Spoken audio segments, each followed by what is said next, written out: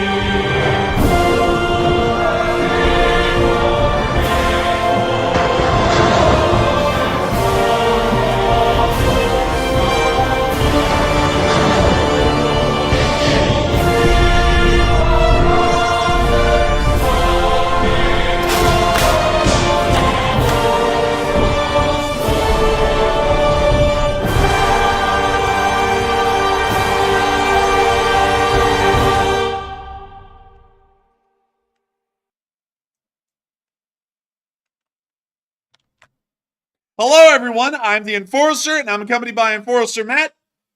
And good evening, folks. It's Enforcer Matt, and welcome back to day 857 of the news. And it's good to see you all once again. And today we're seeing Russia get smashed. There's explosions everywhere, and they're on fire yet again. And it's good to see everyone once again. And of course, we're going to be covering the past 24 hours of the news of the war in Ukraine, as we have gotten breaking news that not only are the Ukrainians conducting a counterattack within the area of the city of Vovchansk currently, but we have also gotten breaking news that the Ukrainians have conducted a counterattack around the area of the Severonsky forest and have been able to achieve a major victory, pushing the Russians back around half a mile in that direction. We have absolutely massive news coming out of the Ukrainian front lines today, and not only that, inside the Russian Federation, we have also seen that within the region of Nizhny Novgorod, a Russian chemical plant has been hit and has blown up from a Ukrainian drone attack, once again bringing the Russian war industry down to its knees in the chemical industry. We will be covering all of this tonight, along with additional breaking news out of the Middle East that is once again showing us that tensions are rising and continuing to escalate in between the state of Israel and the state of Lebanon, as it does appear that a war is imminent and still is on the very near horizon. And we will be getting y'all up to date with what we've seen today and what kind of actions have been taken by both sides, according to everything that we have at the moment.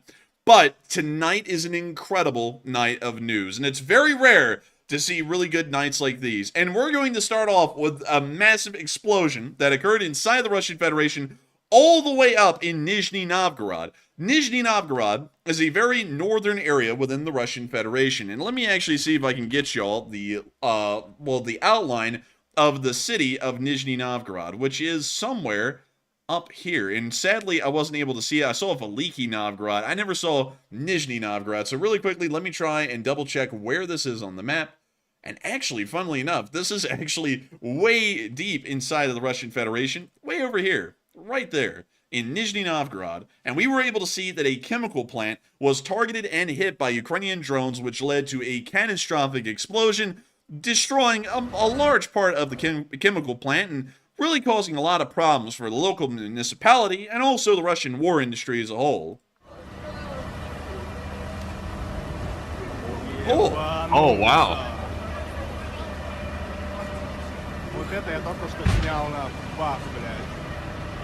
Do we know what chemical was in that plant, by the way?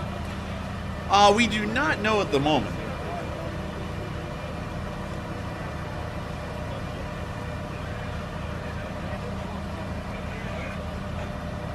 I'd be curious to know what chemical that is, because now the Russians are going to have that added to their nice breathing air, which is going to be really lovely. Dude, the Russians going to be like, man, at least we're not losing the war, or something like that. But we can also see the fire from a considerable distance away, and look at that nice toxic plume just hovering above the city like a nice rainstorm with slight chances of cancer. It looks wonderful. And we also got to see in this other picture the never-ending stream of the toxic crap that is just floating up into the sky above the city of Nizhny Novgorod and making sure that everyone gets their nice dose of Russian authoritarianism. It looks as though it is not going to be a good day in Nizhny Novgorod, especially for the people who look at air pollution. It looks as though the air is going to be heavily polluted. And Nizhny Novgorod is actually a fairly large city within the Russian Federation, from what I can understand, and it probably would be the case that not a lot of people in the city are going to be having a lot of clean air. But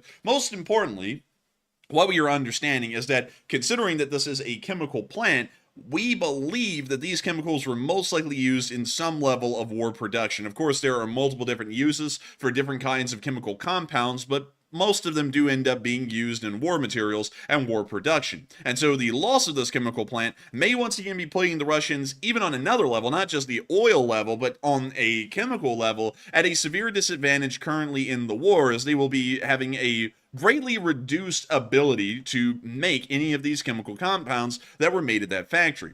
Meanwhile, moving on into Ukraine itself, we were also able to hear some major breaking news from the area of Vovchansk today that the Ukrainians are apparently beginning an offensive on the outskirts of the city and have made it very clear that they are not planning on a direct assault through the city and up to the northern side. They are actually going to be conducting a pincer maneuver in an attempt to encircle the Russian forces that are inside of Vovchansk, cut them off from their retreat, and then forced them to surrender, taking out really an entire several battalions completely out of the war. That is at least what we've been hearing today, and this is substantial news, considering that it's showing that the Ukrainian armed forces apparently believe that such a maneuver can be successful, although they would have to move across the Vovcha River, which is just right here, on both sides of the city, both to the west and also to the east as well. The Vovcha River is not that big, but it does pose a significant obstacle to the armored vehicles that would need to cross to be able to help the Ukrainians conduct their successful offensive. Considering that all bridges around the area of Vovchansk have already been demolished by Ukrainian combat engineering teams earlier on during the battle, crossing these rivers may be somewhat difficult, and that means that the Ukrainians most likely have some kind of specialist equipment, such as a bridge-laying vehicle in the area to try and lay down a bridge over these rivers, so that way armored vehicles and other kinds of wheeled equipment and tracked equipment can cross to the other side in support of the infantry that are attempting to encircle the northern area of Vovchansk, where we believe that 3 to 4 half-strength or partially full-strength battalions of the Russian armed forces are currently in at the moment. We have a lot of videos showing what has been going on today in the area, and our first one actually shows a Russian fire team surrendering, which appears to be some of the first POW casualties, if you want to call them that, at the beginning of this offensive. And we were able to see the 3 of them laying on the ground as the Ukrainians process them and get them ready to move behind the lines. Русский Иван попал в плен.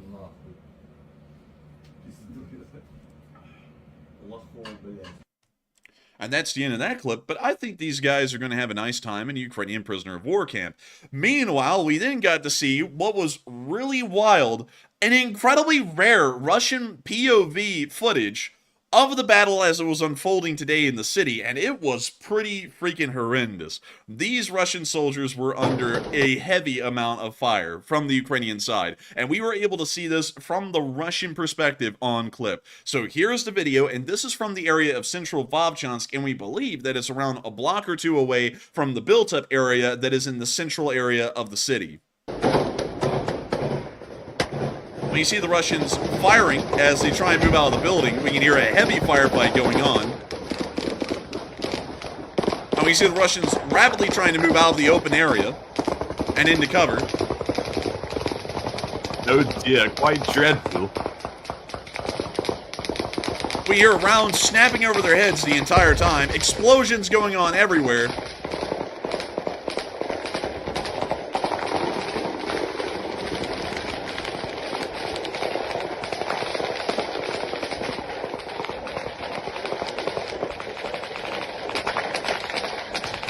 We see them continuing to try and make it to another building as the fire continues to rain over their heads.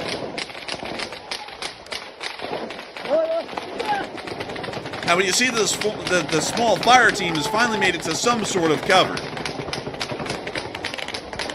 These guys are screwed. They were in big trouble at the moment. The firefight stopped for just a moment, but seems to be picking up again.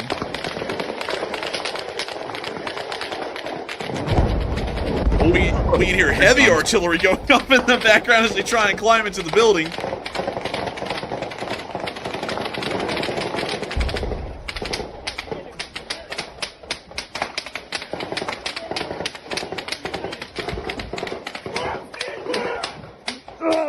Sounds like they're not having that great of a time. They're either panicking or someone just got wounded, one or the other.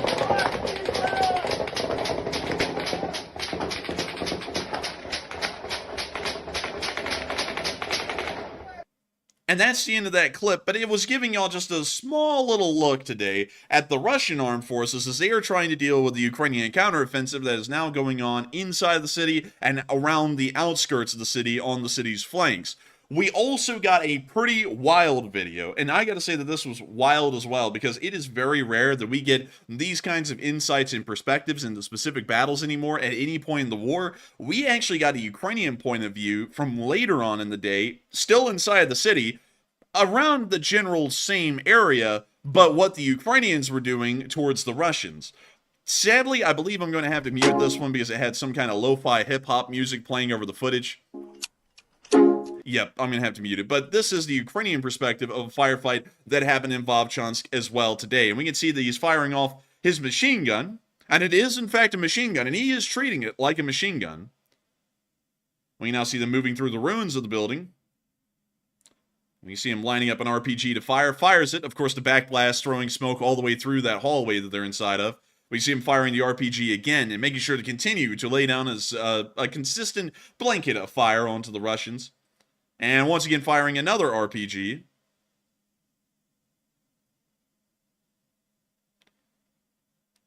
We now see them moving into a front room to aim their rifles at the Russians and also this RPG as well. It appears that they're right across the street. I don't think they're across the street anymore after that one. And so now they're moving out of the building. Well, out of that room and then back into the hallway, where we see the other Ukrainian soldiers, and we can now see that they're peering out of the building and firing rifle grenades at the Russian forces as well, once again wanting to uproot them and move them from their position.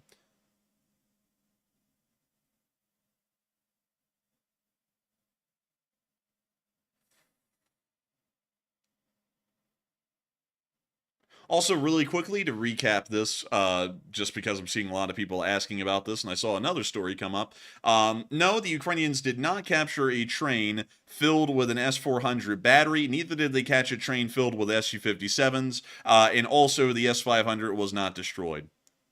Man, someone's out there spreading lies. I'm telling you, such lies. We are seeing, I'll be honest with y'all, we are seeing the largest amount of misinformation this week than I have ever seen in the entirety of covering this news. I don't know what it is, but we have so many people coming in here who have heard these stories, and they're asking about them, and they're completely untrue. There's no proof to any of the stories. There's no verification. They're flat out lies. It's not even something that we can even entertain, because we waited all day today to see if there would be any confirmation or any news from the Ukrainian Ministry of Defense or any proof of the S-500 being destroyed, and we didn't get any at all, which shows that it was not destroyed and that story was a complete fabrication. Now we can see, meanwhile, the Ukrainians are continuing on their fight.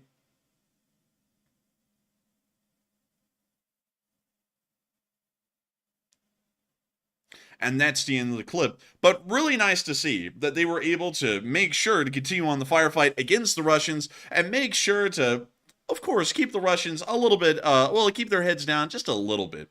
But moving on from that little bit of news inside of the city of Vovchansk, we were also able to hear today that the 3rd Brigade was targeting Russian forces and beginning to move them back. And we can see that right here as well. And we're going to be muting that, but we can see the drone hit the Russians.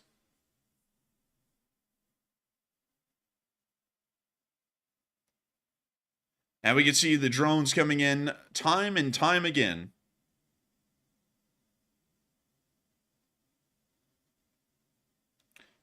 And we now see them blowing up ammunition depots and small dugouts that the Russians have built inside their trenches. And also, from what we know, just to clarify this as well, I believe most of the 3rd Brigade has moved into the Vovchansk area, but there is also a small contingent of the 3rd Brigade that is still around the area of the Avdiivka battlefield.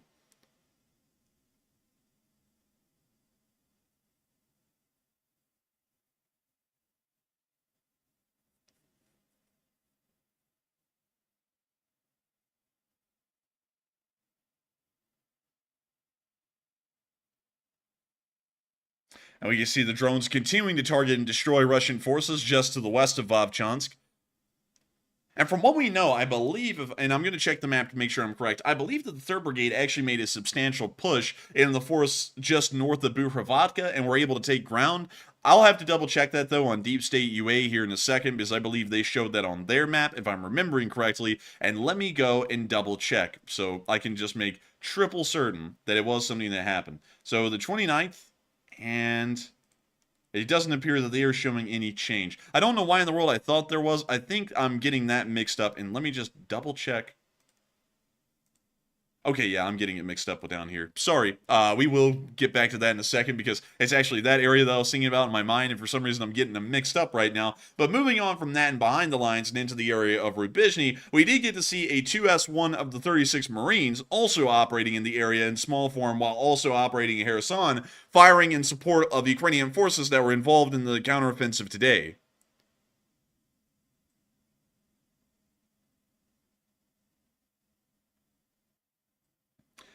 And we can That's see a mighty clean vehicle right right there. Like, that is one of the cleaner ones I've seen. Dude, and considering it's such an old SPG, it's wild to see its cleanliness, man. Like, they've kept this thing up well. It's like a museum. You won't ever see a Russian vehicle like this. Like, the Russian vehicles have, like, they're standing on literally an inch worth of trash on the floor. Or dirt. Like, it's just like a dirt floor in there. But we can see the SPG fire. We now see him trying to pull out the spent casing, which was a little difficult. Now he's finally sending it out the hatch. And then the video ends right there. But still, really neat to see and really good to know that the Ukrainian 36th Marine Brigade is not only fighting in the area of Kherson, but is also continuing to fight in the area around Vovchansk, inflicting high casualties on Russian forces and making sure to hold the line and push them back. Moving on from that and a little bit behind the lines, we also got to see some air defense units in work around the Kharkiv area, which we got some really interesting footage of today from the 42nd Air Defense Brigade. And we can see them looking through the skies, looking for enemy air targets. We can see that they had a gush gun in that clip. And in this next one, we can see them operating another gush gun. This is actually a cameraman on the gush gun. And we now see them firing it at some drone up in the sky. Sadly, we don't know what kind it is. He was a smart man. If you pull out the cell phone and start recording while you're on the gush gun, like, you'll never get hit. Bro, guaranteed, man. Like that's a actual warranty right there. We see them continuing to fire at the drone. At the drone, blöd. And we can see they got it. They got it. Dang, dude! Like they didn't shot down. They just showed the fire and the mess of the I was literally about to say, like, what is the success rate on using that gush gun to try to take a drone down? And then they show it, like, there it was on the ground. It's impressive. Yeah, I was just like, oh, look at that.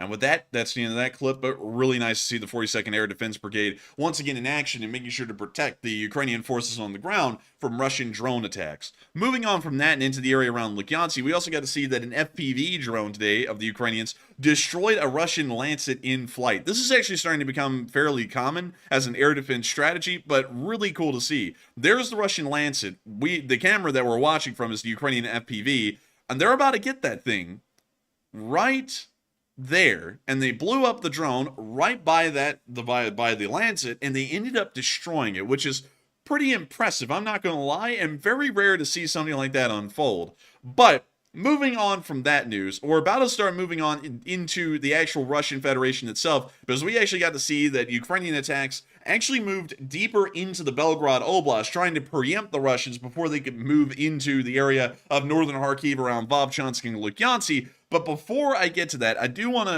to quickly address something here, because I'm seeing this in the chat, and I'm seeing that this is something that we may have to address.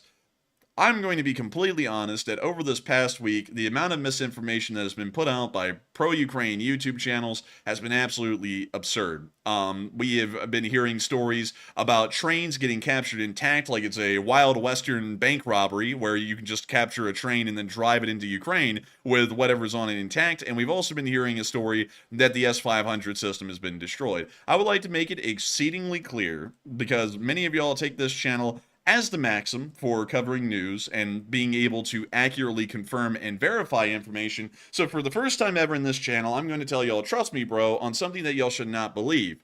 The S500 has not been destroyed. There is no confirmation of its destruction. The Ukrainian Ministry of Defense has never even made a comment about the S500 system possibly being hit. The best example that we have of the S500 being destroyed is someone flat out lying on YouTube to try and get some views and claiming that the system was destroyed with absolutely no verification or any real proof to show that the system was destroyed. Also, any story that pertains to the Ukrainians capturing a Russian freight train loaded with Russian military equipment is complete misinformation. That we heard last week, just in case if y'all are catching up to these stories, we heard last week that two Su-57s, for some reason, instead of just flying them around Russia, because all of them are flight capable and they're flying through Russian airspace, so it wouldn't be that hard to just load up the pilots and fly them from point A to point B. Apparently, two Su-57s, out of really like the 6 that are left operational right now, were loaded onto a freight train, transported through Russia, and then Ukrainian Special Forces captured the train intact with the Su-57s on the train. which doesn't make any sense because why in the world would the Ukrainian Special Forces completely blow their cover and put a giant red target on their heads by letting the Russians know they have captured a train that is stuck to a specific set of train tracks, and the Russians can dictate where that train goes by messing with switches further down the line, up or down it. And also, what in the world would the Ukrainian Special Forces do capturing a train filled with Su-57s? It's not exactly like you can just drive that thing across the Ukrainian border and Ukraine now has Su-57s. And we've heard the exact same thing starting today from multiple people, that now the exact same story is being circulated, but now instead of it being Su-57s that were on the train, now it was an entire S-400 system that was on board a train, and that was now captured intact by Ukrainian forces by a complete miracle, and now it's going to be making its way to Ukraine. And once again, the exact same points are brought up. Why in the world would the Ukrainian Special Forces put themselves in such grave danger taking over something that is pretty much immobile, and the Russians will know exactly where it is at all times? Another thing that is really goofy as a premise about those stories is how in the world will Ukraine ever get these systems, if they actually did capture these trains intact, back into Ukraine? Because isn't the entire border right now a very militarized semi-war zone? So how in the world do you just drive a freight train across a war zone pretty much with intact military equipment and no one bats an eye and no one even tries to shoot at this train? Those stories make absolutely no sense from a logical perspective, and it is just some goofy crap that someone came up with that was complete misinformation. Those kinds of stories are the kind of ones that you would hear in a Wild West gunslinger film, where the cowboys took over a freight train with bank deposits on them and stole the safe or something like that. That's that kind of a story. It has absolutely no proof, it has no verification, and I will have to ask y'all to take my word on this, and if you ever see this misinformation being put out by a channel, combat it, because it gives the entire pro-Ukraine news reporting sphere a very bad look when these stories are being completely fabricated and lied about to try and get clicks and views. The reason why that's also happening right now is because, in all honesty, the news is a little bit slow. That we are hearing about great things like Ukrainian counterattacks today, which is of course big news, but on the by and by, like yesterday and today, y'all will see that our channel is not putting out short war summaries really at all. We're starting to reduce them because there just isn't enough news to cover that is big or breaking for us to even make a video about. So if you're hearing some kind of a wild pipe dream story that trains are being captured with rare military equipment on them intact, or that an S500 was destroyed, there is no proof to these stories. We can't even verify them on this channel, and considering that they're saying it's 100% confirmed, these stories are nothing but bogus. So I wouldn't believe them, I wouldn't trust them, and if you're ever going to take my word on anything, take my word on not believing those stories. Because if we had seen that an S500 was destroyed, I promise y'all we would have actually been the first people to report on that in the entire world, and everyone would have been about 3 hours behind us. That's usually how it goes, and we did not see any proof of that, and we did not see any proof of freight trains carrying Russian equipment being captured intact inside the Russian Federation by Ukrainian Special Forces in either incident. But moving on from that, because I had to make that little PSA, because I've seen so many people coming in, and so many people keep asking about the S500, and now I'm seeing so many people asking about these freight trains, that I want to take a moment to dispel raw misinformation that y'all are starting to hear. I don't know what sources y'all are hearing them from, but whoever they are, I would stop listening to them because they're a completely unfounded source just coming up with stuff to get views at this point. I don't know who they are, though, so don't sit there and run back to that channel and say, ooh, they're firing shots at you, because I have no clue who these people even are who are making these statements, but I wouldn't trust them from this point forward. But with that, we're now moving on into the Belgorod area, where we also got to see that there was some pretty decent damage done to a Russian vehicle on the highway leading to the Ukrainian border in the region. And we can see... Oh, there we go. There's the audio.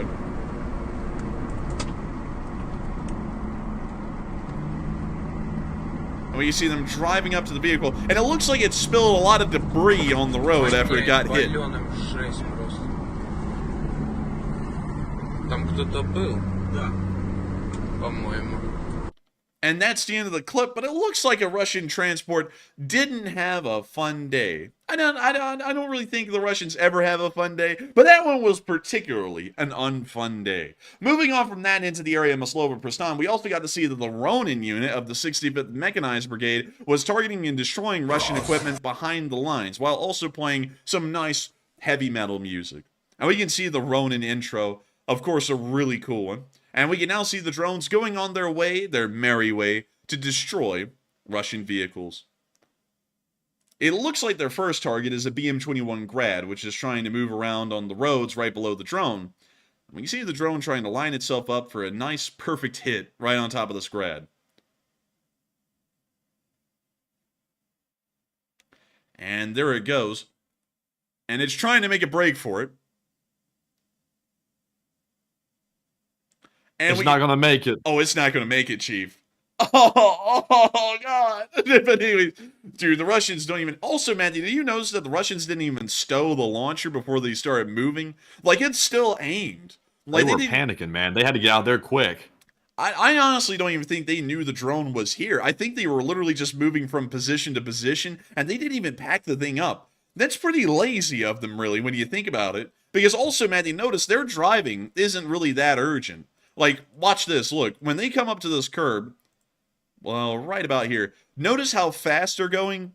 And considering that these things can get up to speed, and if they were just trying to evade a drone, they probably would have driven in a straight line at high speed just trying to get out of the area. This shows to me they didn't even know that the drone was here, so this is just how this artillery unit operates. They just don't pack the MLRS and get it ready to move. They just move with it still pre-aimed. That is kind of crazy.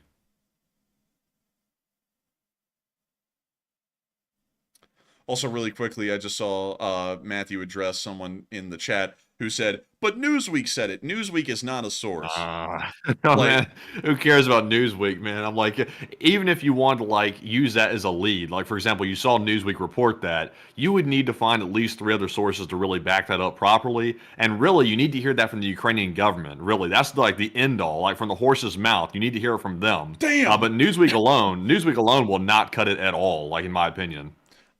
Well, that Grad, man, just blew up with the force of a small atomic bomb. Look at the shockwave. Dang! That was actually pretty wild.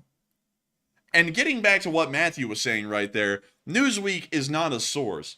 Like, anyone, any Tom, Dick, and Harry can come up with any story they want about anything, and Newsweek is one of those groups.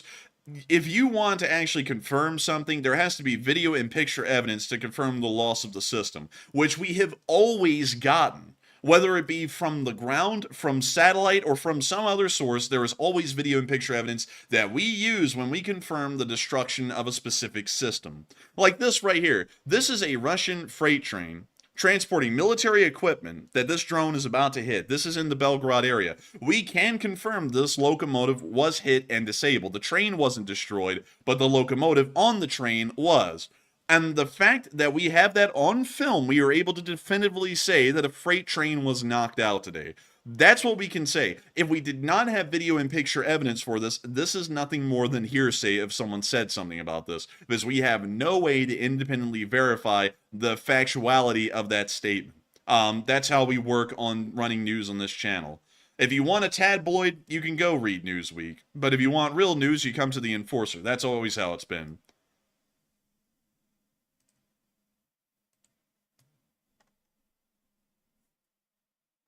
And we can see the freight train getting hit right there. And also, I'm told here by someone in the live chat, they said even the Newsweek article says the source actually needs to be confirmed. Also, the Kyiv Post article said unconfirmed rumors. Like, even the Post themselves, the articles, say that it needs more confirmation. So, if someone's trying to peddle to you that those articles say for a fact that that system's been destroyed, they're straight up lying. Like, no doubt about it. They're straight lying. You know what? Let's go pull up the Newsweek article. Newsweek S500. Let me go type that in. Let's see. So this is from yesterday, June 28th of 2024, when the rumor first started to circle. And let's see here. Okay, so I'm not going to pop it up on screen because they have, like, the tabloid ads, Matthew, that say horrendous things on them. So we're not going to show that. So I'm just going to read it. So the article from Newsweek literally begins by saying Ukraine's forces may have struck Russia's newest S500 air defense system. They don't even know it clear enough, really being a tabloid, to even say that it was confirmed. They said they may have, and there is no proof beyond that. I'm looking through, and the best thing they have is a Twitter account that put a picture, just a generic picture that you can get off of Wikipedia, of the S500 system, and said, it is reported that this was destroyed. And then it says information needs confirmation at the bottom of that tweet even. No one confirmed the destruction of this system. Anyone who's out there right now saying that this is 100% confirmed that an S500 is destroyed is a flat-out liar. I can't even sugarcoat that or try and be political about that wordage. That kind of misinformation is to an extreme and deliberate. It's malicious to say something like that because it's not true. And that means that everyone who said, oh, 100%, they're lying. And so I hope that that does address that incredibly well, because even just reading the Newsweek article, it literally says they may have. It doesn't say they did. It says they may have. And on top of that, another thing is that if we go to the Ukrainian Ministry of Defense's website, Ukraine Ministry of Defense, here we go. Here is the actual website of the Ukrainian Ministry of Defense. Right here. And do they have any news of an S500 system being destroyed?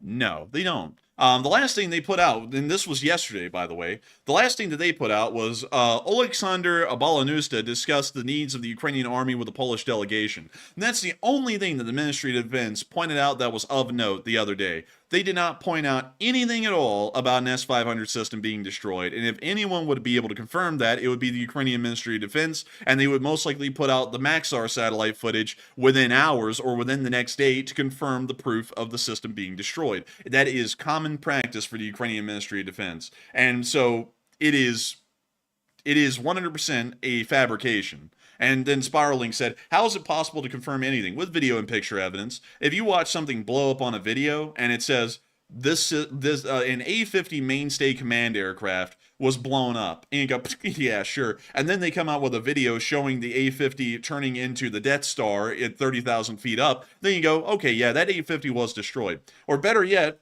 when they say, oh, the Moskva was hit, and let me go really quickly to that, the Moskva was hit and sank, and you go, yeah, sure, that sounds like a whole bunch of hogwash. And then you go and find the pictures that were published the next day from, I believe it was a civilian vessel, showing the Moskva with a heavy list on fire and abandoned. You have a pretty clear idea and very clear proof that what they were saying is true. And if you don't have these kinds of proofs in video and picture evidence, it is complete misinformation, and you just can't work off of it.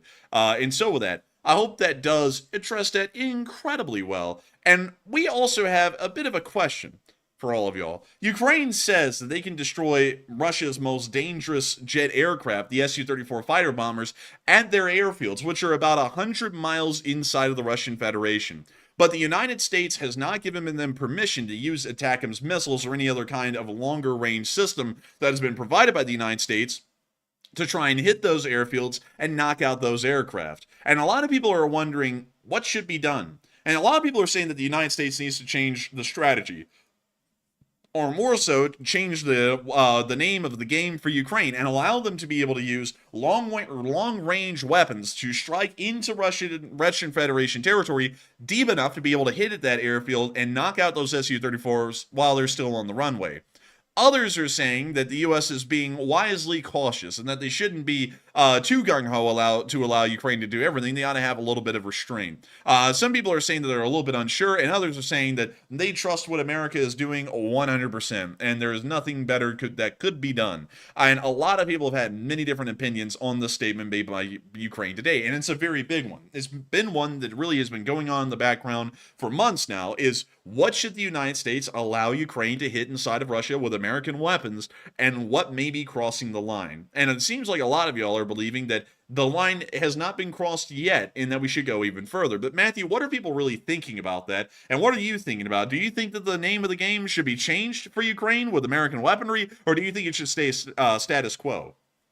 All right, so it looks about 75% of the audience said the U.S. needs to change its strategy, while 14% said the U.S. is wisely being cautious, and it looks like about 4% said, I trust what we're doing 100%. And on my part, I will say I always question every decision that's made, just because that's my nature, and I think that's a good way to approach things like this. So I would personally say the U.S. needs to change strategy on this one, because here's what the U.S. told Ukraine when they asked for permission to strike this air base. They were told by the U.S. to go shoot down the planes midair and good luck. That's what they were told. Instead of being able to hit the airfield while the planes are on the ground and stationary, which is a much easier target than trying to shoot them out of the sky, they were told, good luck, fend for yourself, and shoot out of the sky when you get the chance. That is a terrible strategy. You can't really say enough what a terrible strategy that is. We gave Ukraine long-range ATACMS. We're not allowing them to use them on the airfields where the planes are sitting. They're easy targets, and they're not allowed to actually take the shot due to U.S. restrictions. So that's a terrible strategy. It should be changed immediately, and it's really undermining our allegiance and also our alliance with Ukraine to let them hit these targets. So that's just my opinion. But Enforcer, what say you? I would say that Ukraine certainly needs to have the strategies changed that the United States is allowing them to use. I believe that American long-range weapons should be allowed to strike far deeper into the Russian Federation than they're currently allowed at the moment, particularly for the exact reason that a lot of the strategic targets are currently out of range based off of the current parameters that we have given to Ukraine. The Su-34 fighter bomber is the most dangerous aircraft in the skies right now for the Ukrainian armed forces. It is more dangerous than the Su-57, which has never really been used a lot in the war, the Su-35, the Su-33, the Su-27, the Su-27SM, the MiG-29s, really anything, Tupolev 160s, you name it, this aircraft outdoes them all. It is an actual air-to-ground, multi-role-ish aircraft that the Russians really needed in the modern day, and it's the only one that they have. And so for that reason, these things pose a serious risk. These things carry glide bombs. That's their primary job at this point in their air-to-ground role. And they will climb to several thousand feet up. Usually it's about 10 to 15,000 feet up these days, and they will drop all of the glide bombs they have off the bottom of that aircraft, and those glide bombs will then make their way into Ukrainian airspace and hit around their targets. The glide bombs are not incredibly accurate, but the fact that they're dropping so many of these glide bombs these days from these Su-34s, even if they're not accurate, there's so many of them being used, they eventually end up hitting their targets, which ends up leading to Ukraine having a higher amount of casualties, and there's really nothing that they can do. From what we know, even with a Patriot system, possibly in the Kharkiv Oblast, that Patriot system is not able to get close enough to the Ukrainian border or close enough to the Ukrainian frontline forces due to the fear of that system possibly being hit by artillery fire, that they are able to create a standoff distance where the Russian Air Force can't really get into range to be able to drop off those glide bombs. So for right now, the Russians are able to fly their aircraft just close enough to Ukrainian forces in the area of Vovchansk and really throughout most of the front lines right now and drop those glide bombs and have them make their way to their targets, and the Ukrainian air defense is not really able to do much about it, and they never really will be able to, even with the Patriot. So now Ukraine is wanting to change the strategy to the next best thing, which is to strike the aircraft on their airfields before they can even take off. This is a very, very common practice, and the Israelis are actually masters of this in previous wars historically, as they usually would conduct preemptive attacks on their adversaries and destroy their air forces really within the first day, for the large part, before the war really kicked off. And now the Ukrainians are wanting to do that to the Su-34s. If they can't, the glide bombs will continue to drop. And those glide bombs will continue to inflict a decent amount of damage onto Ukrainian ground forces that the Ukrainians cannot do anything about. So they have to be able to hit the airfields. They have to be able to destroy these aircraft where they're sitting right now. Otherwise, the damage they're going to keep inflicting is going to be fairly high. So going off of that, I would have to say that the United States should certainly change the strategy that Ukraine is allowed to use, and Ukraine should be able to launch strikes on Russian airfields deeper inside of Russian territory to be able to knock out these bombers before they can pose a serious threat to Ukrainian forces on the ground. And so with that, I hope that does address that fairly well, at least in my opinion. And with that, we are now moving on from all of the news that we got in the Vovchansk area, and we're going to be moving out of Ukraine for a moment and down into another region, which is the Middle East.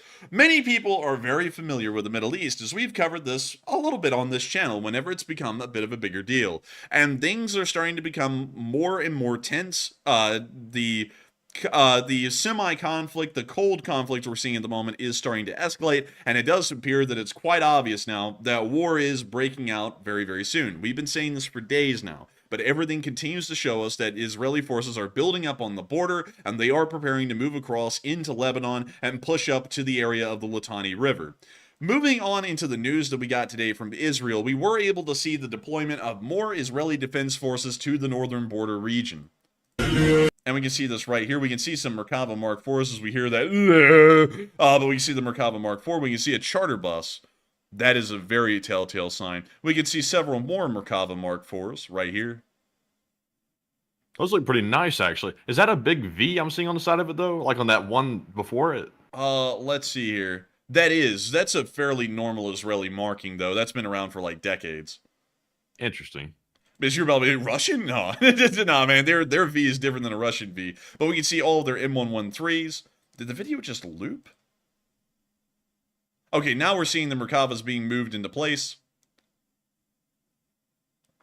And once again, these staging areas are identical to what the Israelis started to do leading up to their ground invasion into the Gaza Strip. So once again, giving us a very clear indicator they're getting ready for a ground offensive into Lebanon. This Merkava, by the way, literally just got unloaded off of the trailer that brought it in. And that's the end of the clip right there. But once again showing us that now, from what we can tell, an Israeli armored unit, we don't know the exact size. I would say based off of this clip, an armored company has moved into the area, but this does suggest that there is probably a larger armored brigade that this group is a part of, or at least an armored battalion that's now moving into the area. Armored battalions would be required to be able to conduct ground offensives, as tanks provide vital fire support for the infantry as they advance across the open ground. But moving on from that bit of news, we then started to see that reports of sonic booms were being made throughout the entirety of Lebanon. From what we understand, these were Israeli Air Force aircraft flying at supersonic speeds over the area and creating the very distinct sonic booms you'll hear in these clips.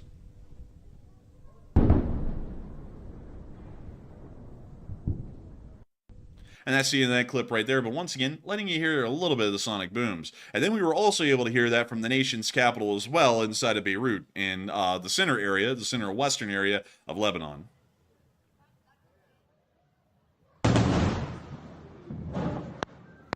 And then we got another clip.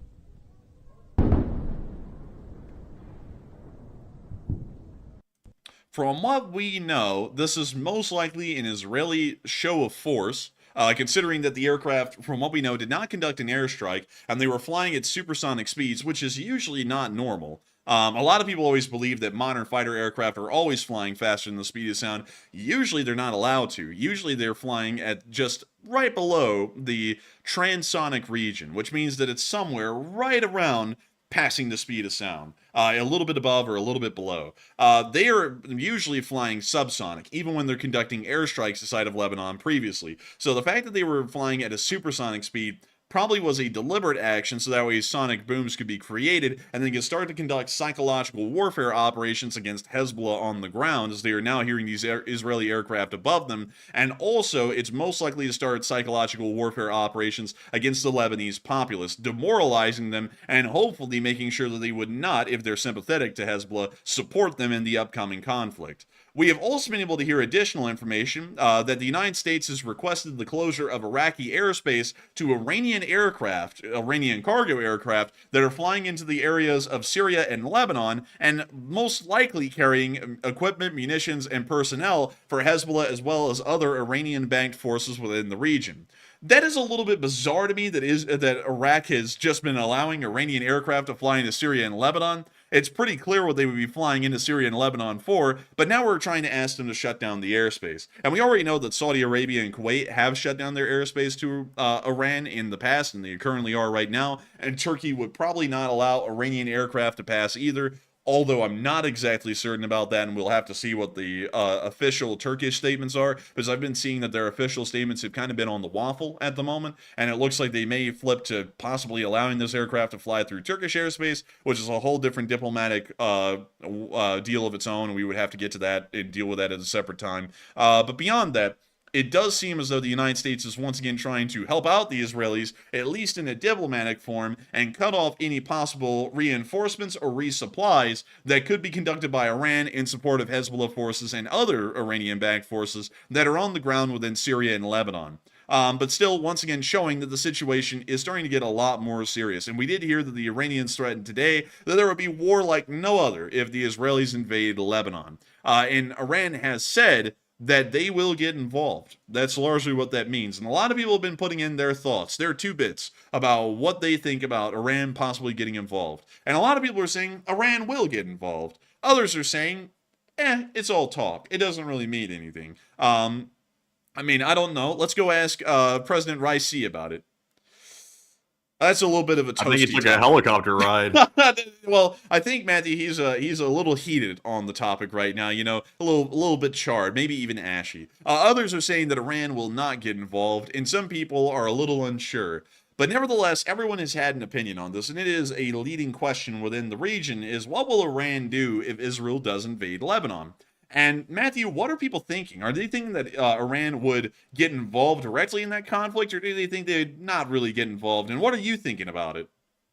So it looks like 54% said Iran will get involved, while 22% said it's really all talk, and 15% said Iran simply will not get involved. And if you'll recall, we actually had a similar question to this last night, and I'd actually said that I don't believe Iran will get involved. But after seeing the news today that apparently Iran is using Iraqi airspace to send equipment, munitions, and other gear over to Hezbollah directly, then I would honestly change my opinion and be with the 54%. I think Iran will get involved. They're already involved in a more support role right now, but I think they might get involved in a more direct way if something were to break out on a full-scale level.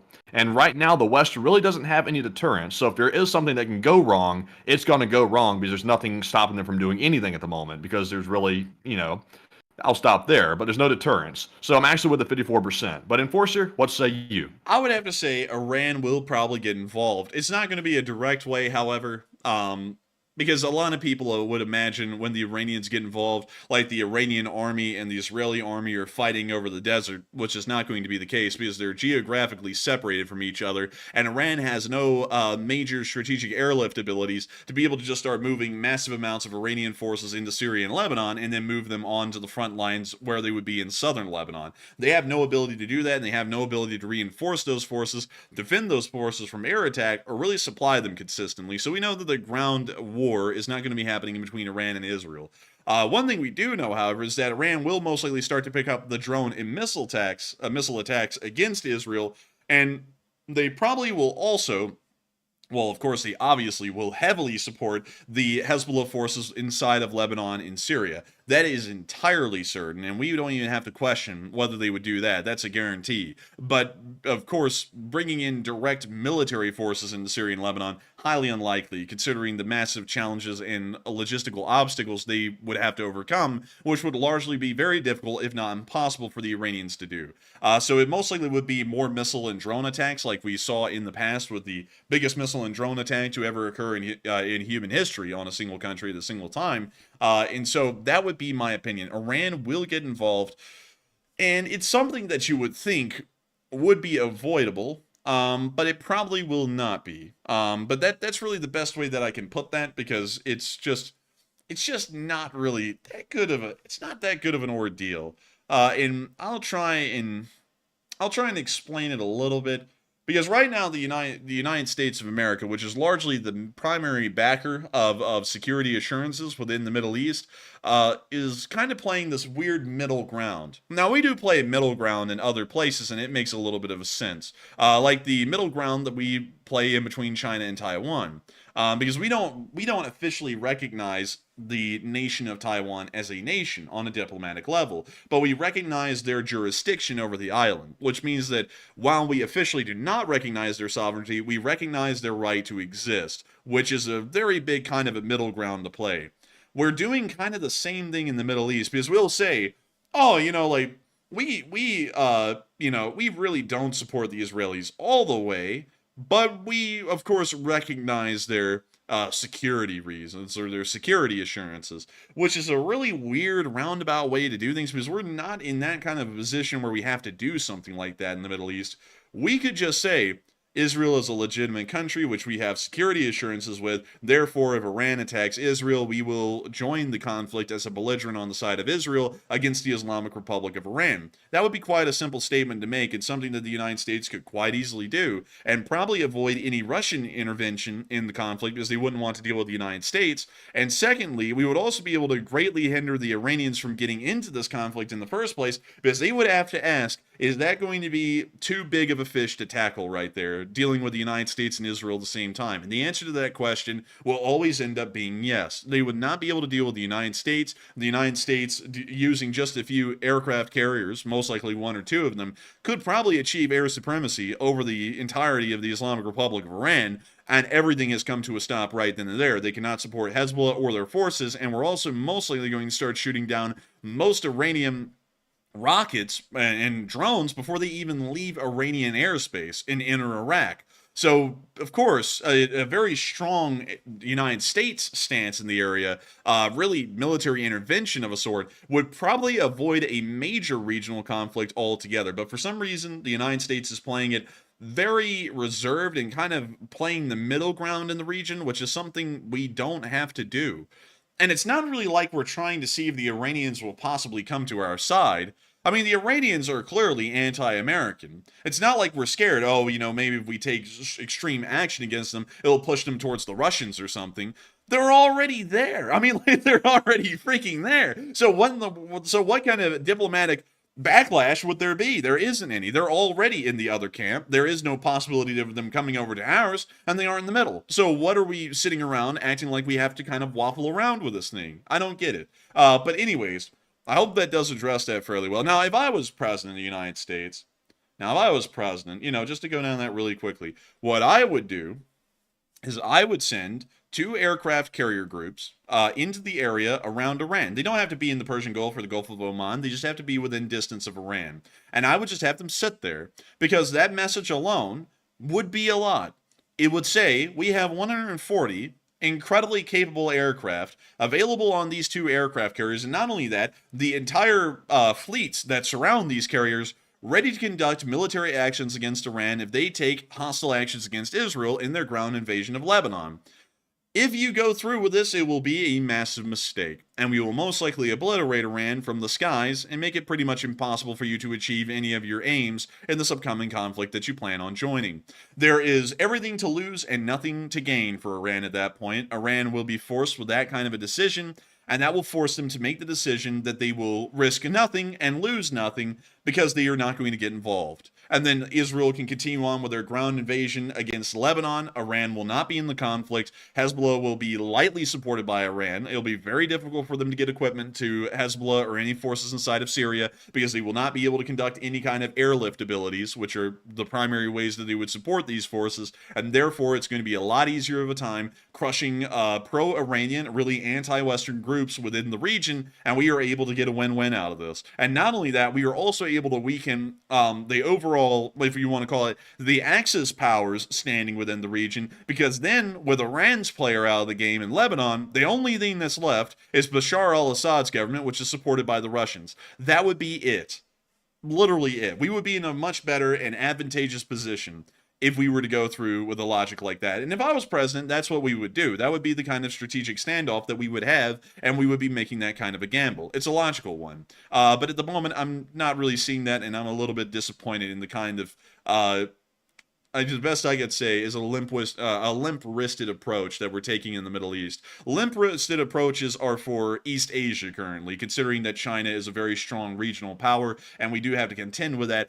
Limp-wristed approaches are okay there. Not okay in the Middle East. We just don't even have to make that kind of a call there. We can do really whatever we want at the moment without a lot of repercussions. And so why in the world have a limp-wristed approach? That's my take on that. And also something worse that wasn't even mentioned is that we were just told the other day, according to a report from I don't think it was, maybe it was from the IAEA, I can't remember for sure or not, but they said that Iran had completed and begun the process of uranium enrichment as well, which is quite disturbing to hear considering Iran wants nuclear weapons. And we're really not even sure right now if Iran has them currently or they're still working on them because nobody can really get to the bottom of that. But Iran's always threatening in the background in an indirect way that they might have a weapon that no one's ever seen before. And, you know, the limp-wristed approach is not good for multiple reasons. For one thing, they're potentially building nukes. They're also threatening allies, and they're destabilizing the entire region. So being weak is definitely not going to fix it. It will not. It doesn't really make much sense. And also, if the Iranians were still to join the conflict and just be dogged in their persecution of their goals, or really, let's see, what would be a better word, Matthew, for that? I'm not doing good with words tonight. Dereliction of duty?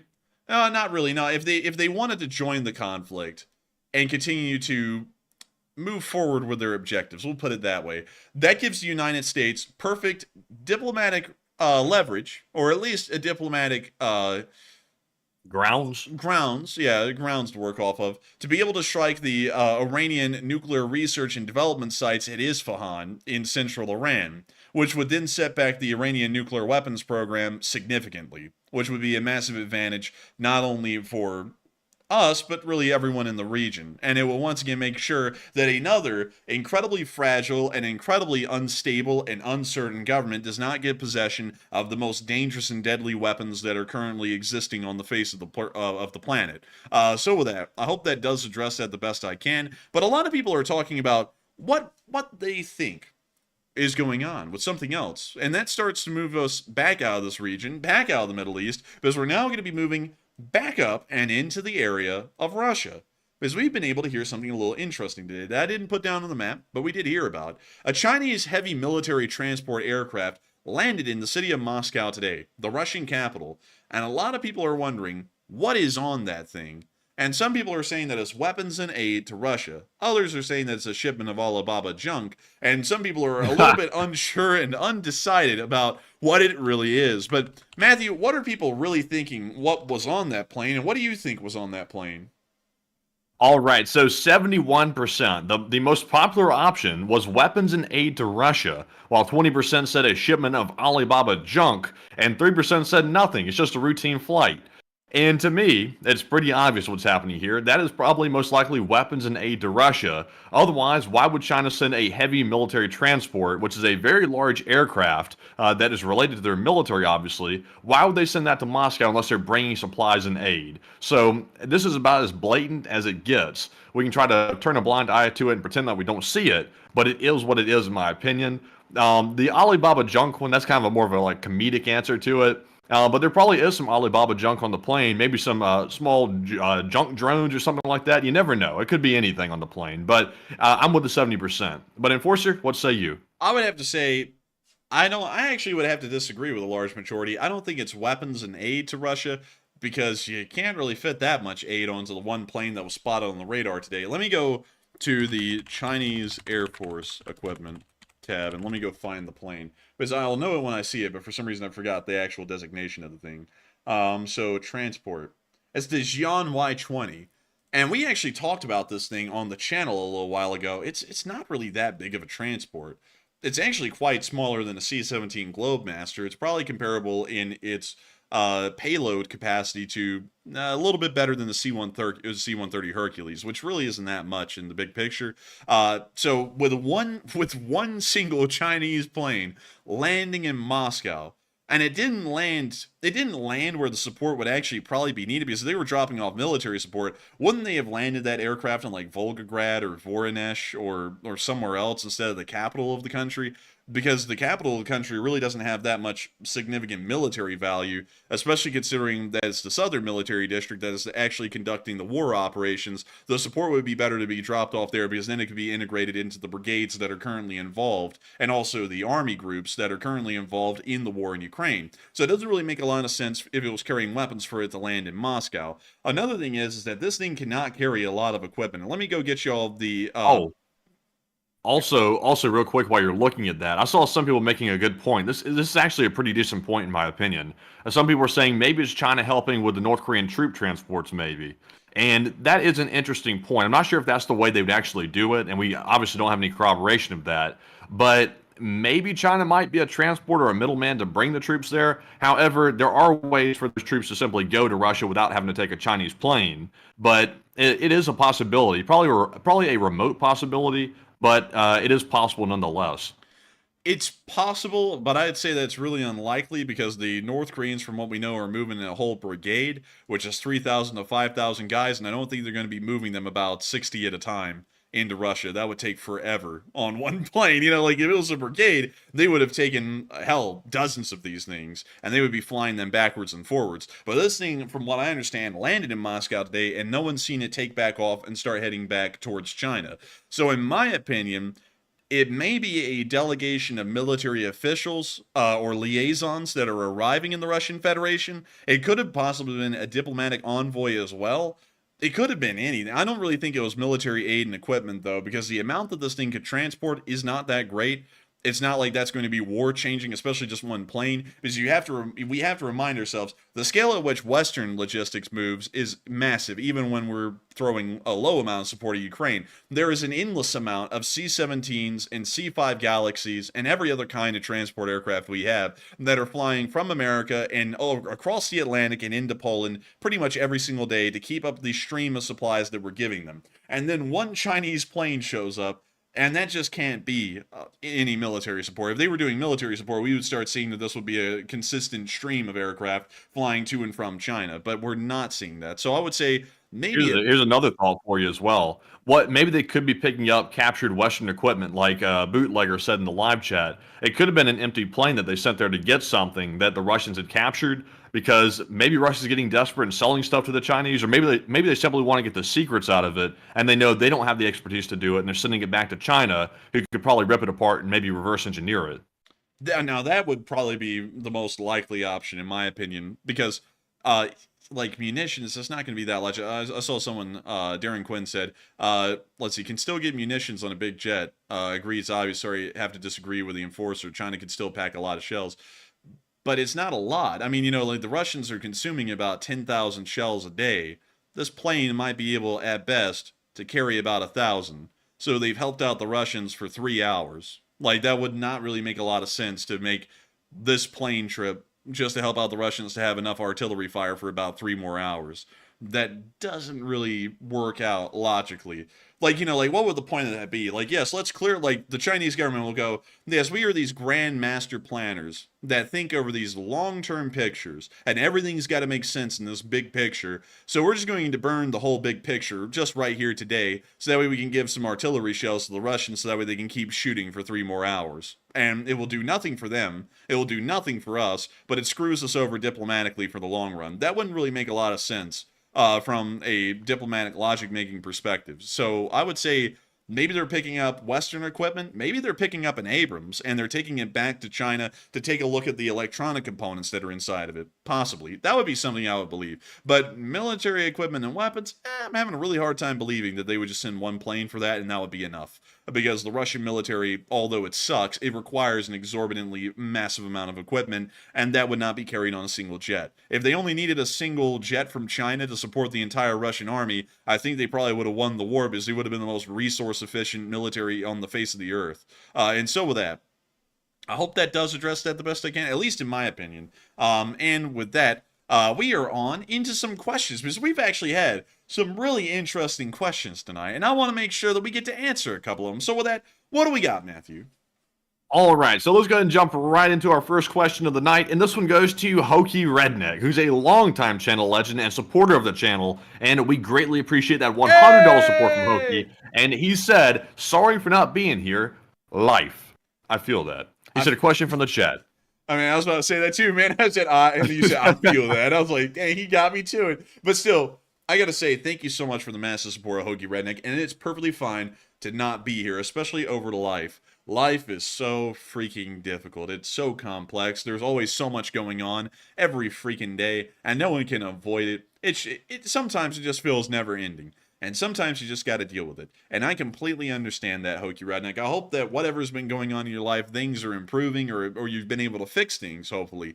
Or if not, I hope that you're taking a good little break right now and then you get right back at it. But I got to thank you so much, Hokey Redneck, for always being with this channel, always helping it to keep on running, like tonight, with that massive, unbelievable support. Because you've been here since the very first days of this channel, getting to cover news like this. And so, I would have to say, thank you massively once again for the support and helping this channel to keep on running, because it is folks like you who help to make this thing possible and help us to keep this channel running. And so thank you massively for being here with us again tonight. It's wonderful to see you.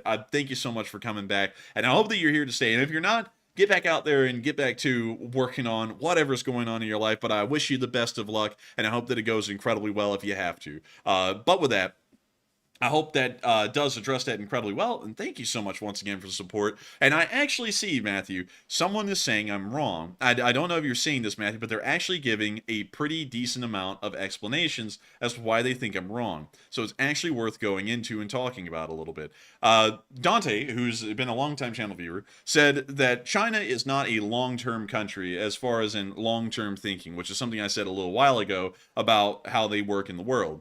And they said, was one-child policy one long-term economic disasters, ghost cities, authoritarianism provides slightly longer ability, that's it, the enforcer. And then he also said, the China thinks in 100 years is propaganda verbatim, nothing backs up that statement, lol. I would have to disagree with that, because the 5th plenum of the 19th People's Congress very clearly laid out that they think in long-term pictures, because they have a entire plan that goes from the present day, well, the present day in 2021, which was a few years ago, and all the way up till 2049 to try and become the preeminent power in the world, and also to try and create themselves a prosperous socialist society with a very large middle class, a smaller upper class, and a pretty much non-existent lower class. They have laid out that plan very clearly since 2021, and even before that with the One Belt, One Road program. And they have consistently been working on that for quite some time. To say that the Chinese aren't long-term theorists would be a little bit weird, especially considering that the entire Chinese-American relation that has existed since 1975 was completely in the aim of attaching China to the United States, protecting them from the Soviet Union long-term, and also making sure that they had access to the largest capitalist economy, the largest economy, as a matter of fact, in the world, which they would end up becoming a trading partner with, which would allow them to grow their economy at exceedingly fast rates, supplying America with its consumer goods and demands.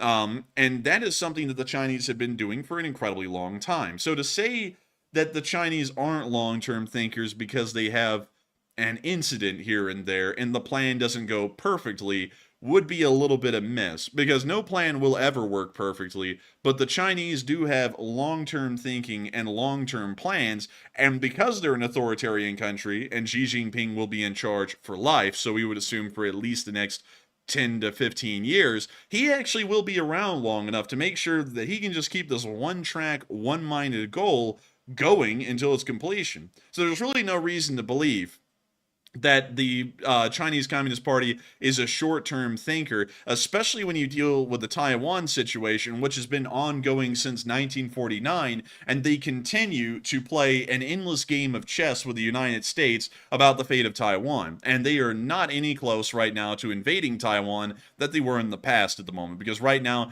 we're appeasing them, they think they're making progress, and they're still going to keep on playing this extremely long game. Even the United States Army says in their analysis that the Chinese are long-term planners, and they see that in how they're modernizing and improving the People's Liberation Army over the past decade and all the way up until the next several decades up to 2049, which will be the 100th anniversary of the People's Republic of China. So I would have to say I'm going to have to stick with my guns there, because from everything that everyone sees, they are a very consistent long-term planner. They never do anything that is rash in a short-term decision-making process, especially when it looks like it'll be to their severe disadvantage, which supporting Russia in any open or public way would be to their severe and extreme disadvantage. So they most likely would not make that kind of a decision. But with that, I hope that does address that well. Very interesting points, though. And, you know, we're really putting out opinions. I can make my things sound like facts, but they're really just opinions. So you got some pretty interesting points, but I'd have to stick to my guns for those reasons. But with that, I hope that does address that fairly well. And with that, we are on to the next one. All right, and our second super chat is going to go to Steve T, who's also a longtime channel viewer. And thank you very much, Steve, for that $50 support. He said, is America holding back the F-16s and also stop the Gripens to limit the strength of Ukraine? And if they want Russian jets and drones to be shot down, supply the F-16s and allow Ukraine their Russian jets to attack in Russia. That is a very interesting question. Really, to be honest with you, I'll tell you what Matthew and me say behind the scenes. We actually believe that the United States is holding back the F-16s because we just keep on hearing that it's going to be around the corner, that they'll make it into Ukraine, and then they never do. And so we're honestly kind of on the fence as to whether they'll provide that or not. That's not fact, though. That's our opinion. So don't take it as fact that they'll never arrive and get enraged. That's just what we think behind the scenes. But in my honest opinion, I don't know why they haven't made it there yet. Pilot training does not last this long. They just keep on extending it over and over and over. And then we heard at the early part of this year, all the Ukrainian pilots were finally acing the training. They were going to make it into Ukraine, and they were going to be there by late May to mid-June. That time is now passed, and now we're hearing it's going to be September. For no reason at all. No reason was actually given this time. They just said, now it's going to arrive in September. And it's like, do I believe that? Not really. I don't really believe it that much because they keep on saying that over and over and over. So maybe they are trying to limit Ukraine, or maybe they just don't want to give over that technology to the Ukrainians. Even earlier iterations of the F-16, they're not that big of a fan of giving. But if they want Russian jets and drones to be shot down, the F-16 would be a very good aircraft to provide. The F-16s, at least from the ones I know, which are F-16As, but they've been modified a good bit. I believe they're like F-16AMs or something like that. But these F-16s are pretty freaking good. They're F-16As, yes, which means they're some of the earliest ones out there, but due to their computer system upgrades, they have at least the weaponry abilities of an F-16C, which means that they can use AIM-120 AMRAAMs and a whole bunch of fun stuff like that. And I want to show you all an AMRAAM. Let me see if I can find one here. Here we go. This is an F-16C of the South Carolina Air National Guard right here, and you can see these missiles on the wingtips, and those are AIM-120 AMRAAMs, which are a semi-active radar homing missile. These are the most advanced missiles that are really in use around the world today. Of course, the United States is already trying to replace them with something better, but these are the most advanced at the time. And if these were provided to Ukraine, this would start to pose massive issues to the Russian Air Force trying to operate really anywhere around Ukraine. These missiles have an effective range at higher altitudes of around, I believe it's 50 to 60 miles, meaning that if this F-16 was able to dodge Russian air defense a little bit, get within 50 to 60 miles of Russian aircraft, and fire off one of these missiles, that Russian aircraft might be able to evade, but it will be pretty much diverted from its sortie and being moved into just trying to survive the missile that's been fired at it from an F-16. So yes, this would be the best thing by far to provide to Ukraine if they wanted to make sure that Ukraine could shoot down Russian jets and Russian drones over the skies of Ukraine. But still, it seems as though it'll be hard-pressed to see one, at least here in the near future, and hopefully we'll see that the F-16s finally arrive at some point. But with that, I thank you so much once again for support and helping this channel to keep on running, Steve T. Because if it was not for folks like you, we wouldn't be able to keep this thing running. And I got to thank you so much for always enjoying this channel and throwing in massive support to help to make this thing possible. Because if it wasn't for folks like you, we wouldn't be able to be here right now. And so with that, we are on to the last question of this segment. And then we're going to be moving on to our location unknowns and the rest of the frontline news that we have tonight. All right, and this one is going to go to Howard Turgell, who puts in a $25 donation. And huge shout out to Howard for always putting in that support, and we appreciate it very much. And he says, we appreciate you. And take a question from the chat. And thank you so much for appreciating this to Howard Turgell. And I just said, we appreciate y'all. I didn't even know what I was saying this there. I was like, what, Jack? Anyway. Look, you gotta, we finally beat the question.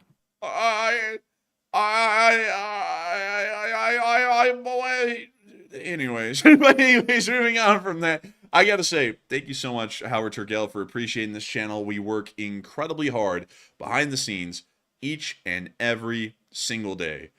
We work so hard on this channel, trying to make sure that it succeeds, that it works well, that the news that comes out is accurate, that we're not reporting false stories, like, you know, trains being captured and like amazing heists, things like that. We work incredibly hard to make sure that we do not do things like that. And I thank you so much, Howard Turgell, for greatly appreciating this channel and supporting it and helping it to keep on running, because you allow voices of truth like ours to be able to exist here on YouTube. And it is becoming exceedingly clear these days that many news channels here on YouTube don't necessarily care about the truth of the stories that they are reporting to viewers. They only care that they are sensational enough and draw in people to watch their videos. They're pretty much turning into mainstream news organizations in my eyes, which is something that you should not be trying to turn into. And I gotta thank y'all all so much. Not only Howard Turgell, but everyone who's supported the channel tonight in Super Chats and in the past and on in the future, because y'all helped this channel to keep on running, as special as it is. It is an ad-free, sponsor-free show. We have absolutely no monetary incentive, either from YouTube or from any major company, to spin a certain story a certain way, or to be able to sell an ad space, because we don't have any ad spaces, either for YouTube or for a sponsor on these live streams. We run this thing specifically for y'all, and it's funded and supported by y'all, so that way we can continue to just keep telling y'all the news. And I gotta thank y'all massively for appreciating this channel, because it is something. It is really something, especially considering that I had to take a moment today at the beginning of the stream, in the beginning, to address all the misinformation that's going around. It really is something that a channel like ours that strives to make sure that we put out factually correct stories is able to stay on air, because there's so many channels that are just putting out factually incorrect stories these days, and people are believing them because, you know, they're news channels. Why in the world would they be lying? And so I got to say, thank you so much, Howard Turgell, and everyone else tonight for enjoying this channel. And thank you for saying, Howard Turgell, that that y'all appreciate us, or you appreciate us, because we thank y'all all so much for giving y'all's time and y'all's ear to hearing what we have to report on the news every single night. And so we will make sure to take that question from the chat, sponsored by none other than Howard Turgell, and then we'll be moving on into the rest of the news for the night. So what do we got, Matthew? All right, and the live chat sponsored by Howard is going to go to War Dispatch, who says, if North Korea sends real troops instead of just the engineers, will NATO actually get involved at that point? I don't think they will, because the combat engineers are really combat troops for the large part. Because while I say they're combat engineers, that doesn't mean they're like digging ditches and building bridges entirely. Combat engineer units are actually used in frontline action as well. Like, for example, one thing that would be kind of interesting to note is that some of the first units to land on the beaches of Normandy were pretty much combat engineers, because they had to go up to the barbed wire and the defensive obstacles that had been made and either blow them up so that way they could make the way for the next waves, or they had to clear the way for the infantry that were right behind them. Combat engineer groups aren't like an unarmed, pretty much non-combatant group. They are a combatant group, and they are made specifically for that. Like, for example, the M1150 breacher assault vehicle, assault breacher vehicle. This thing here, the reason why this assault breacher vehicle is built on an Abrams is because it's supposed to be in combat. This thing might end up being used in an actual combat zone, with artillery landing around, tank fire flying over, anti-tank guided missiles being shot at everyone. This thing could possibly be out there having to work in those kinds of conditions. And that's why they built the assault breacher vehicle on an Abrams hull and turret, so that way it would have that kind of armor to be able to survive those kind of frontline conditions. So whether it be a combat group or a combat engineer group isn't really the question, per se, because they're both really combat groups. It's just different roles that they fill. One of them is straight up for brawling. The other one is for brawling but breaking through defenses at the same time. And so with that in mind, I would have to say that whether those troops are sent or not, and they're some other kind of a combat group, the United States will probably treat both of them the same. I would say that we don't really need to get that involved at the moment, because it is just one brigade. It's not really that big of a deal. But if the North Koreans start to send more of them, and they start to become a very numerous force on that battlefield, we may want to consider possible intervention of some form in support of Ukraine, because that may start to actually pose some challenges, especially if they end up boding well, which I'm highly doubting. But in the worst case scenario, if they did, I feel like we would need to possibly intervene at that point. And so with that, is there food in Ukraine? Yes. You know, dude, those North Koreans, man, they're gonna be slaughtering, dude. Like, they're gonna be like, Man, I'm wait. telling you what, let those North Koreans get a little whiff of food and like Ukraine, and they're going to be fighting harder than ever. Like, you'll see those Russians, they'll be like, Bliat, how does this man have so much motivation? And you see that guy just going, rah, rah, rah. It's like, man, those people, they smell food, it's over. Dude, do you know a North Korean is going to show up and they're going to be like, oh man, it must be terrible over here in the West. You know, everyone must be starving and stuff. And the political commissars are going to be sweating, dude. They're going to be like, yeah, oh boy, it's getting really hot around here. You know, something like that. They're going to be like, oh man. They're like, I'm wondering, Matthew, if for political reasons, like the political commissars in North Korea, I wonder if they're just going to make sure that those North Korean soldiers are provided their standard rations that they would get in North Korea instead of a whole bunch of abundant food, because that may start to tip off the North Korean soldiers that they are living a far worse life than they could in other countries, which would start to pose a massive civil issue if those soldiers return back to North Korea and that kind of an idea was planted in their minds while they were in Ukraine. One thing's for sure, like the Russians will never have a problem keeping up with the food supply for the North Koreans because, like you're saying, it's pretty low as it is, like in their own home country. Even with the military soldiers, they're not fed a lot. So if the Russians probably think, oh man, we're having a hard time like feeding our own Russian soldiers, they're going to be shocked, I think, with the North Koreans how little they need to actually keep going. Man, it is going to be bizarre. I don't really know how the North Koreans on a social level are going to work out there on the lines. Like, are they going to work well with the Russians? Or are they going to get in a lot of conflicts with them? Because, I mean, the North Koreans, it's got to be, because they're a completely different culture. Like, you know, and how they work and how they behave. The political commissars are going to be putting their foot down, not just on the North Koreans in that unit. They're going to be putting their foot down on the Russians too, because they'll believe they have that kind of authority, probably. And so I wonder what kind of conflicts are going to be created out of that. I think what you're going to see, I'm not saying the North Koreans are a formidable military whatsoever. I want to make that clear right off the bat. But you'll see that the North Koreans are going to have more discipline than the Russian troops. And that's going to cause many conflicts between the command of the Russians and also the other soldiers as well. Because I think the way the North Koreans are trained, even though they're very ill-equipped, kind of like pretty much every country like themselves, pretty ill-equipped, they do have the discipline and structure that the Russians, I think, lack. And especially with the newness of the new troops that Russia's having to get right off the street, that there's going to be a lot of conflicts between those two. Also, the North Koreans, to my understanding, they don't actually get people out of the prisons and put them into the military, do they? I don't think so. But Matthew, I just found out what a North Korean ration is, and I think you're going to be Big snout. No. They're these little nutrient bars. Oh man, they gave them a Nutrigrain? Dude, they literally gave them Nutrigrains, man. Like, they're just out there eating Cliff Bars. Well, that'll, man. That scientist back there taking notes like, okay, Nutrigrain bar, Kim Jong-un said, make it a little thicker. Guy, no, you can't make it too thick. This guy is so starved and famished. He's looking at those bars. He's like, shit, man, that's more than I eat in a week. he's like, dude, this is a lot of food. But that is sad. That's crazy. Like, that's all they get, or is that just part of it? Let's see here. Let me move this back off of the screen because it's a forum from 2022, 2023. Let's see. So I'm trying to see. Those are made of compressed grain, grease, and sugar. Okay, so apparently they're very similar to Chinese military rations, and Chinese military rations have these, because I've seen them before, as a specific part, but there's different flavors to these bricks, pretty much. But it seems as though the primary ingredients of the brick is grain, grease, and sugar, just mixed together into a clump, pressed into a piece, and then it's sent out. And so apparently that's what the North Koreans are doing, because if you want to see one of these things, kind of like in their natural environment, we can actually find a PLA MRE, which I've seen Steve 1989 MRE Info eat before. And let me see if I can show a picture of what is in it. Did he live? He got sick, actually. Like, he actually got physically sick from it. One of the few times he ever did. But there it is.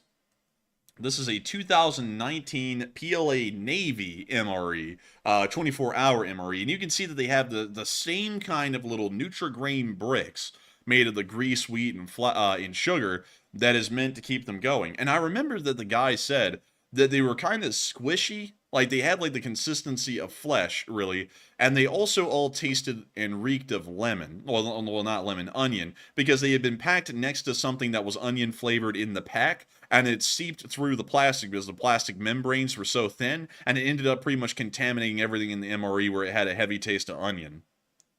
That's terrible. But, you know, the Russians are getting fed pig snout, so I'm not sure if you'd rather have the Nutrigrain bar or the pig snout. I think I'd rather have the bar. I don't know, man. I'd have to try one of those little things, but I don't really know if those things would be good, man. I mean, I don't know. Let's see. Any other pictures? Dude, is that a field kitchen? No way, that's not a field kitchen. And then, man, they're cooking in burn like barrels and stuff. Dude, that's the barrels that Americans would shit in the porta potties, and then they go burn it at the other end of the base. Like they're cooking in them. Like, what the hell? Man, that's seasoning. Let's see, bro. They're literally burning the manure in this one. Like no lie. Wait, hang on. Oh. So why are these soldiers wearing balaclavas while cooking? I mean, like, is this something where they require like covert secrecy or something? Like, they don't want to be called. Like, they're gonna be like, "Who cooked this? Who cooked it?" Like, nobody even knows, man. They're all wearing masks. Let him cook. But let's see here. What does the food actually look like? So these are Germans and Chinese at the same table. I don't know what the hell that is. That just looks like boiled cabbage in a giant pot.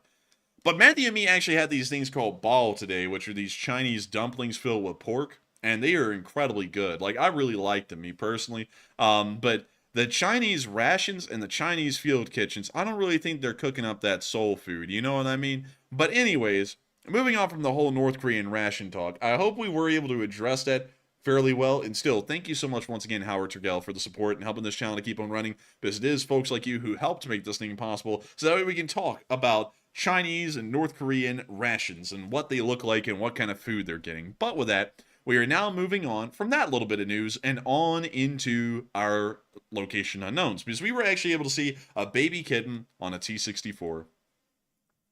That's pretty cute. And then they shot the barrel.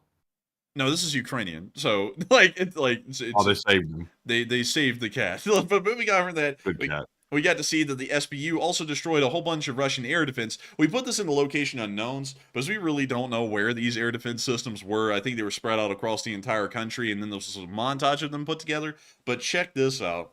Look at this turret. It clearly has a lock on that drone because the turret is tracking it, and it still did nothing to help it. The drone slammed right into the turret, right into the targeting array, which is that giant brick-shaped thing, and knocked it out. Then they hit a Panzer S1.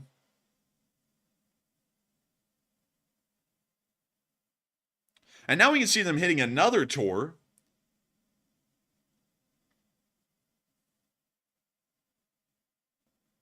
And now we can see them hitting another Panzer 1.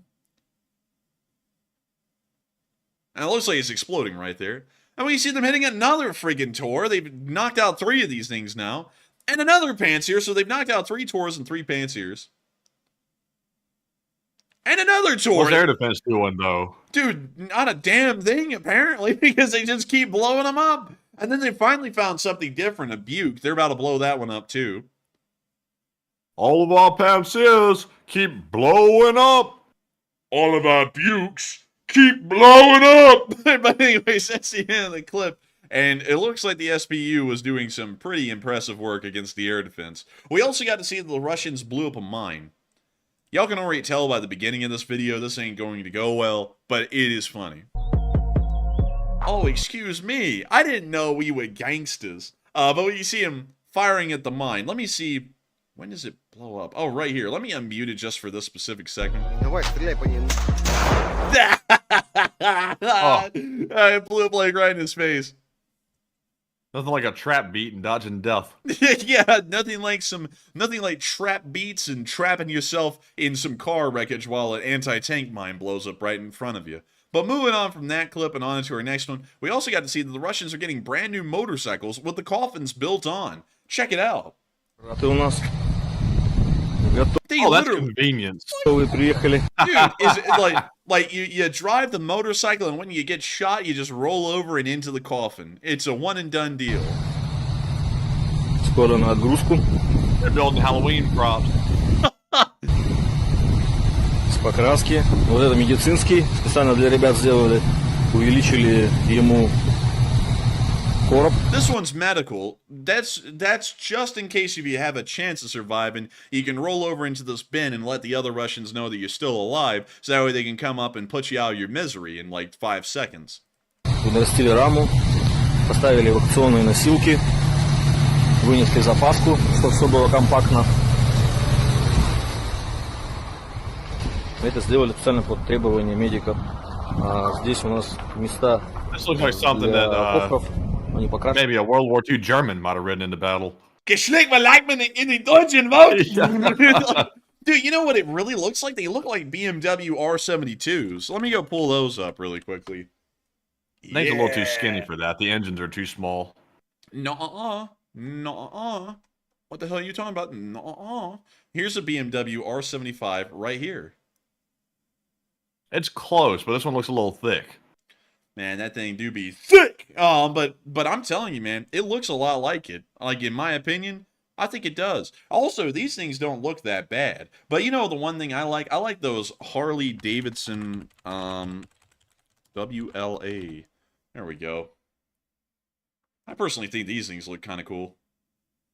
I've never seen that before. I didn't know Harley Davidson made a military bike. Yeah, they made loads of them, dude. They were the primary contractor that America went with in World War II to produce recon motorcycles.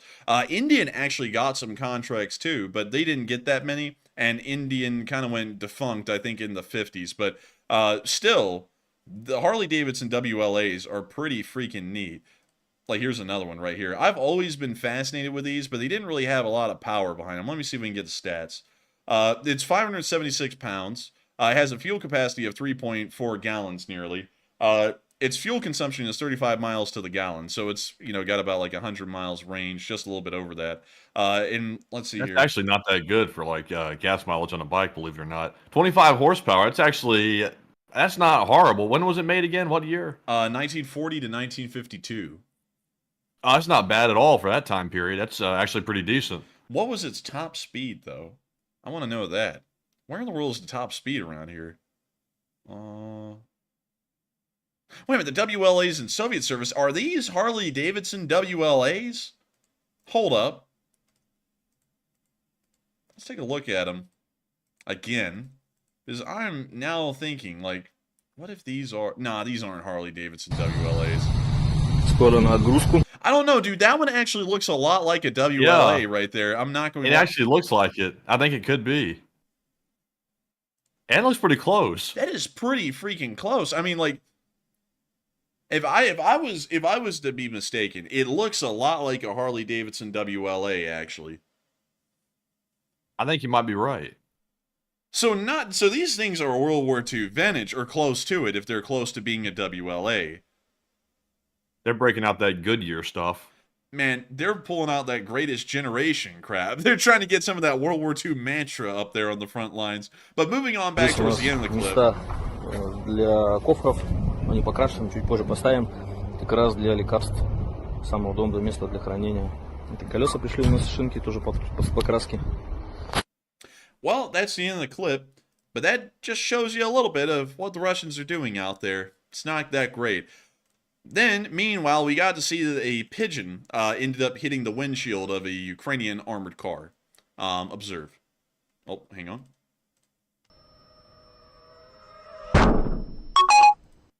Oh. All right. I hope that wasn't one of Mike Tyson's pigeons. I feed my pigeons Fiji water, nothing less than Fiji. Man, my freaking FPV drone just broke its damn neck on the windshield, and it didn't blow up shit. Like, look at this, dude. Oh.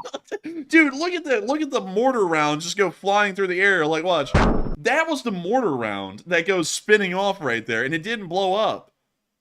That's a fail right there. Dude, let's watch that one more time. Oh, that's savable, actually. A good souvenir. Man, I'll tell you what, man. The dent in that front of that vehicle is a good souvenir. But moving on from that, we finally have the Russian casualty report, which was pretty nice. Oh! Oh! 5 Bobcats. I'd love to see it. That's juicy. Oh my goodness, man. These other losses are crazy too. Tell us. Man, 1,070 Russian soldiers were wounded and killed over the past 24 hours, along with 25 APCs, 54 supply trucks, 7 main battle tanks, 57 artillery pieces, 29 drones, 2 cruise missiles, and 5 Bobcat skid steers. The losses were incredible today, and it really did show on those front lines. Moving up into the Kupiansk area, we got to see that as the war goes on, the farming goes on as well. You see these Ukrainian soldiers in the trench. Що робиться на єбаному Донбасі? They are marveling. So when they look out of the trench, Мужик купає картошку, їбать.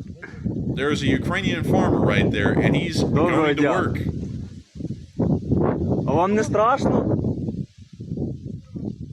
Пиздец. Бля. And that's the end of the clip, but those farmers, they keep farming, and the war keeps warring. Moving on from that clip and into our next one, we also got to see the 40th Artillery Brigade finding and destroying Russian sites, mortar pits, Russian hideouts, things like that. We see them hitting their first building right here, and oh my lord, wow, there goes the whole building. The Ukrainians are the ultimate home renovators. We can see Also, them. by the way, I saw Hugh say in the live chat just now, he said, according to Google, the chemical plant that blew up produced ethylene dichloride and also caustic soda. So that's not good for your lungs at all. I was wondering what the chemical was, and if that is indeed what it was, then the Russians are breathing in some terrible, terrible things. That's awful right there. They should really be careful about smoking around those plants, because that's terrible. Like, they think the Lucky Strikes are terrible. Now, this is worse.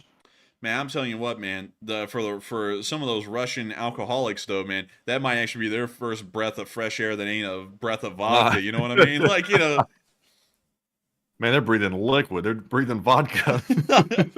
Dude, you know, there's that mystery liquid going around where they're like, you know, if you're submerged in this liquid, you can actually breathe in the liquid. It's like, dude, that's just vodka for the Russians, man. They've been doing that for like centuries. But anyways, moving on from that into the next clip, we got to see a Ukrainian drone blowing up a Russian 2 S1 Gazivka. Here's the clip. There it is. The 2 S1 Gazivka.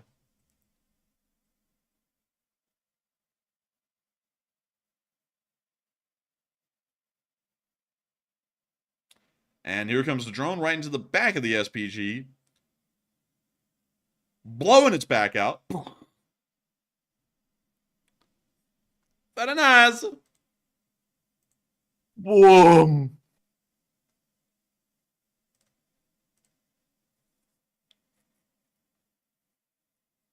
Let us please remain objective and avoid backing one side in a dispute.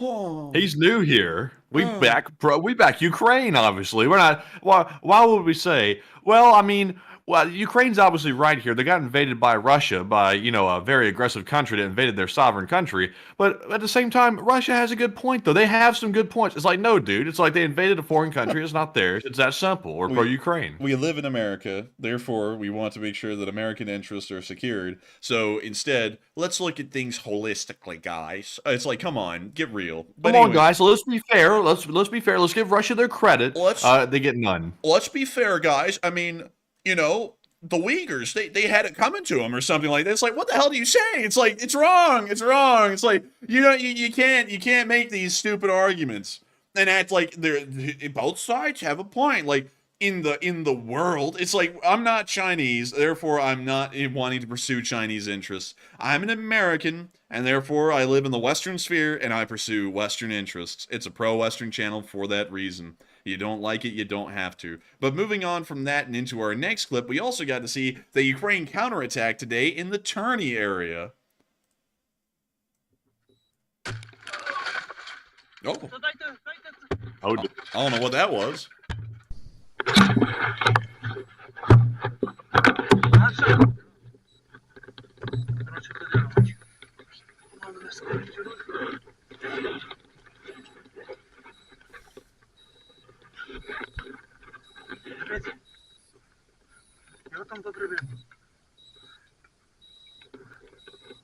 Sound like a distress beacon out in the distance. Yeah, dude. I was like, dang.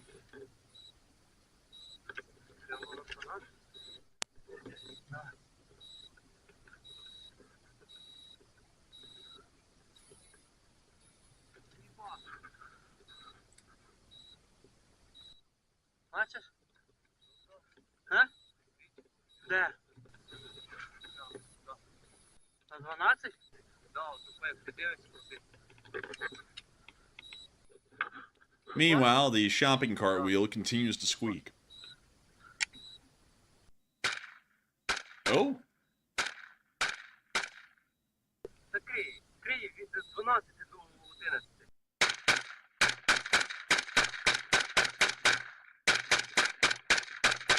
He's laying down that heat.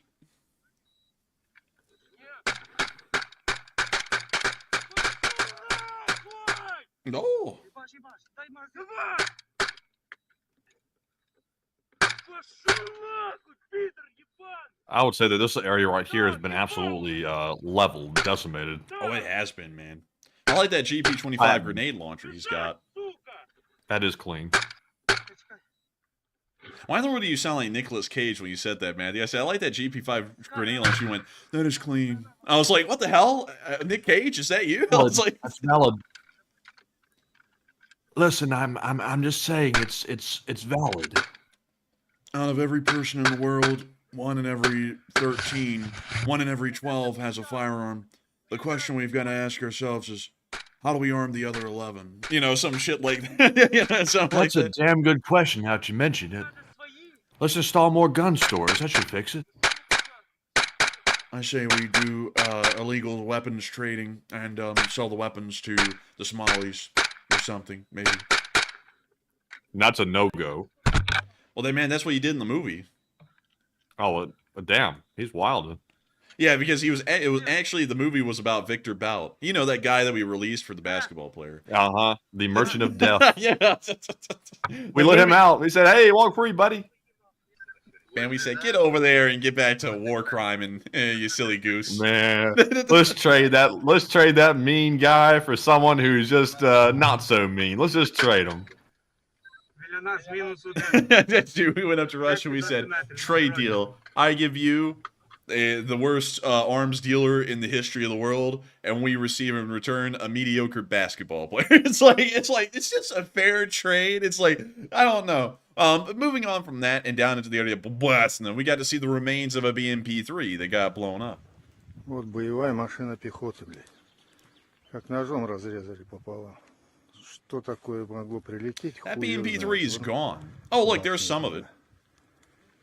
Прямо вдоль развалилась. Вот это вот пиздец. Dante said she got a mean layup. I don't know. I don't watch basketball, so I'll have to take your word for it. Man. Man, I heard that there's one good player in that whole league, and they're bullying them pretty much into quitting. But anyways, we also got to see that the Russians are putting the cripples on the assault. Приветствуем. Мы, военнослужащие 26-го танкового полка 47-й дивизии, находимся в зоне СВО. В ЛНР прибыли из госпиталей более 50 человек. Это остатки из 3 рот. Наше командование вывезло нас в расположение и группами отправляет на боевые задачи. Хотя всем I'm going to be ending this clip here. There's not really a lot more to it. It's just that they're putting these guys back on the front line, and that's what they're complaining about. Moving on from that and down into the area of Vovchansk, we also get to see a Bradley assaulting Russian forces and dropping off an assault group in the area. Sadly, I'm going to have to mute the audio. I don't know what the audio was, but it sounded pretty epic. But we can see them moving on down the way, firing at the Russians as they go.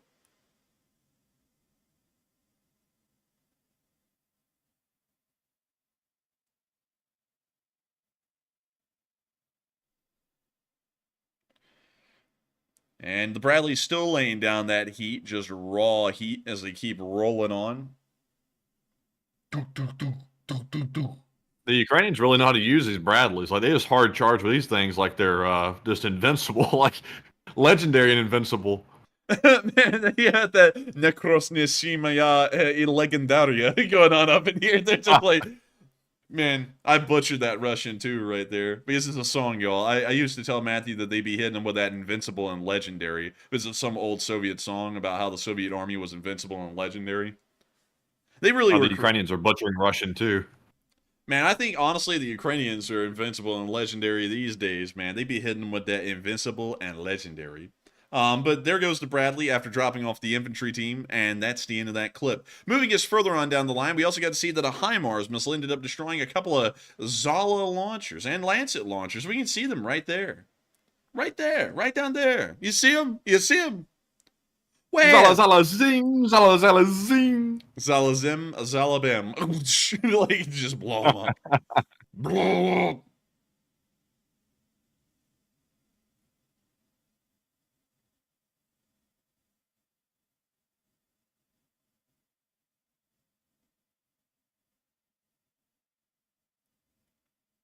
And we can see the explosion there. We're not really getting to see it too much, but they did wipe out those launchers. Isn't that nice? Moving on from that clip, it's now time for us to move out of this area in Donetsk and down into the area around Kherson, as we got to see today that Russian forces got hit on the left bank of the Dnipro River. All right. But we can see them blowing up the Russians in the trees. We see them hitting Russians in more trees and in even more trees. Kind of interesting, these little islands of trees just around here. And they like to hide in them. It's like, you know, where do you want to find the Russians? In any clump of trees, there will be Russians. You remember back in the day, the Russians used to hate trees so much they would chop them down with a machine gun. Yeah, and now they're trying to hide under them. They're like, we'll rest in the shade of the pine tree. And the Ukrainians are like, look for the pine trees, blow them up. Like, it's like they're in the pines. May just casually see one or two trees start like slowly falling. There's the Russians over there. They're about to chop the trees up. Dude, you see the trees start slowly dying and their leaves turning orange from alcohol poisoning as the Russians get sloshed under the branches, and then they're like, yep, that's them, kill them. And I'm telling you what, these drones are just vicious. Russians are scooting around everywhere, trying to find a place they can hide.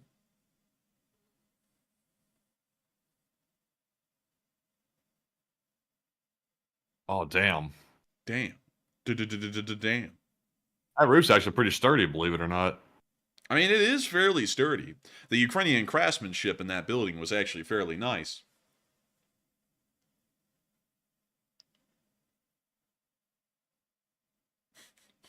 I don't know what's going on down in the chat, but I just saw a comment, Matthew. I don't know if you see it. And I'm like, what the hell? Like, I'm like, what is that? But anyways, moving on from that, we are now going to be moving on across the river, and where we got to see a British-supplied Sea King flying along a river in the area. And there it is. Look at that. Pretty cool. That thing's booking it. Man, that thing was. It was like going like 110 or 120 maybe. Moving on from that and into one of our last bits of news in this area, we also got to see that the Yak-52 was confirmed to have shot down a Zala today. It was actually seen on the Zala's camera. And we can see that that thing's racking up a kill list. This little Yak-52 is putting in the work. I mean, this thing is actually doing a lot. And so with that, that's the end of that clip. And now it's time for us to move on up to Kyiv and cover the speech from President Volodymyr Zelensky here on day 857 of the war. And so, without further ado, I want here is Please give me for the big speech. I want a good speech. It's 2 minutes and 54 seconds long. This is the speech that will change the world. Let's hear it. Here it is, speech. Українки, дуже довго ми працювали заради звільнення з російської неволі Нарімана Джеляла, заступника голови Меджлісу кримсько-татарського народу, двох священників Української греко-католицької церкви та цивільних людей, які були захоплені росіянами на окупованій території ще у 17-18 роках. Нарешті наші люди вдома. 10 цивільних на тижні звільнили з полону. Також 90 військових загалом за час цієї війни повернули в Україну з російської неволі.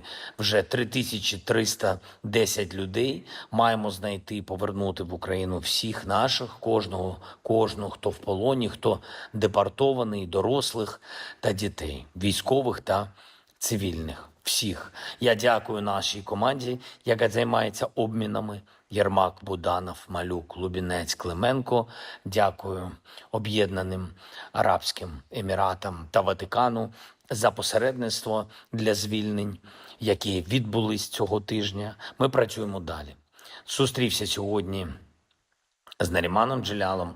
Ми вже говорили про те, що далі будемо робити для нашої перемоги та звільнення нашої землі і для підтримки кримсько-татарського народу. Сьогодні був також на національному молитовному сніданку. Особисто там привітав звільнених з полону священників Богдана Гелету та Івана Левицького. Я подякував також всім представникам церков та релігійних спільнот за підтримку наших людей, наших громад, за допомогу нашій державі в цей надзвичайно складний час війни. Хай усі молитви за мир для України і за нашу українську перемогу будуть почуті. Ще одне: Дніпро. Зараз досі тривають роботи на місці влучання російської ракети по будинку, розбирають завали. Станом на цей час відомо про одну загиблу людину.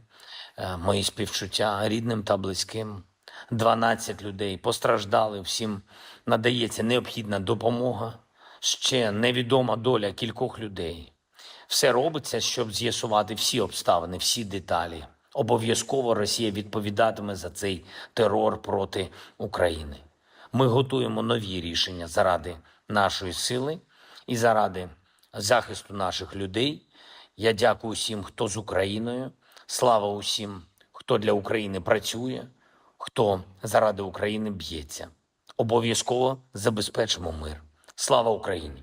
And Herom Slava. And with that, that is the end of the speech from President Volodymyr Zelensky here on day 857 of the war in Ukraine. And it's time for us to move on into the second segment of this stream, where we get to talk to each and every single one of y'all. And it is going to be an incredibly fun segment, because y'all come up with all of the interesting, fun things to talk about. We get to talk about hood reviews. We get to talk about history. We get to talk about the unbelievable influx of bots that have been coming into this live chat all night long. That's like the 70th one that's been banned right there. We get to talk about literally anything and everything, because it's fun. Why not? And so, if you were here for the news, your time is nigh. That was the last 2 hours. We're moving on to the question segment, where I get to talk to all the folks who got to watch the news. And so, Matthew, take it away.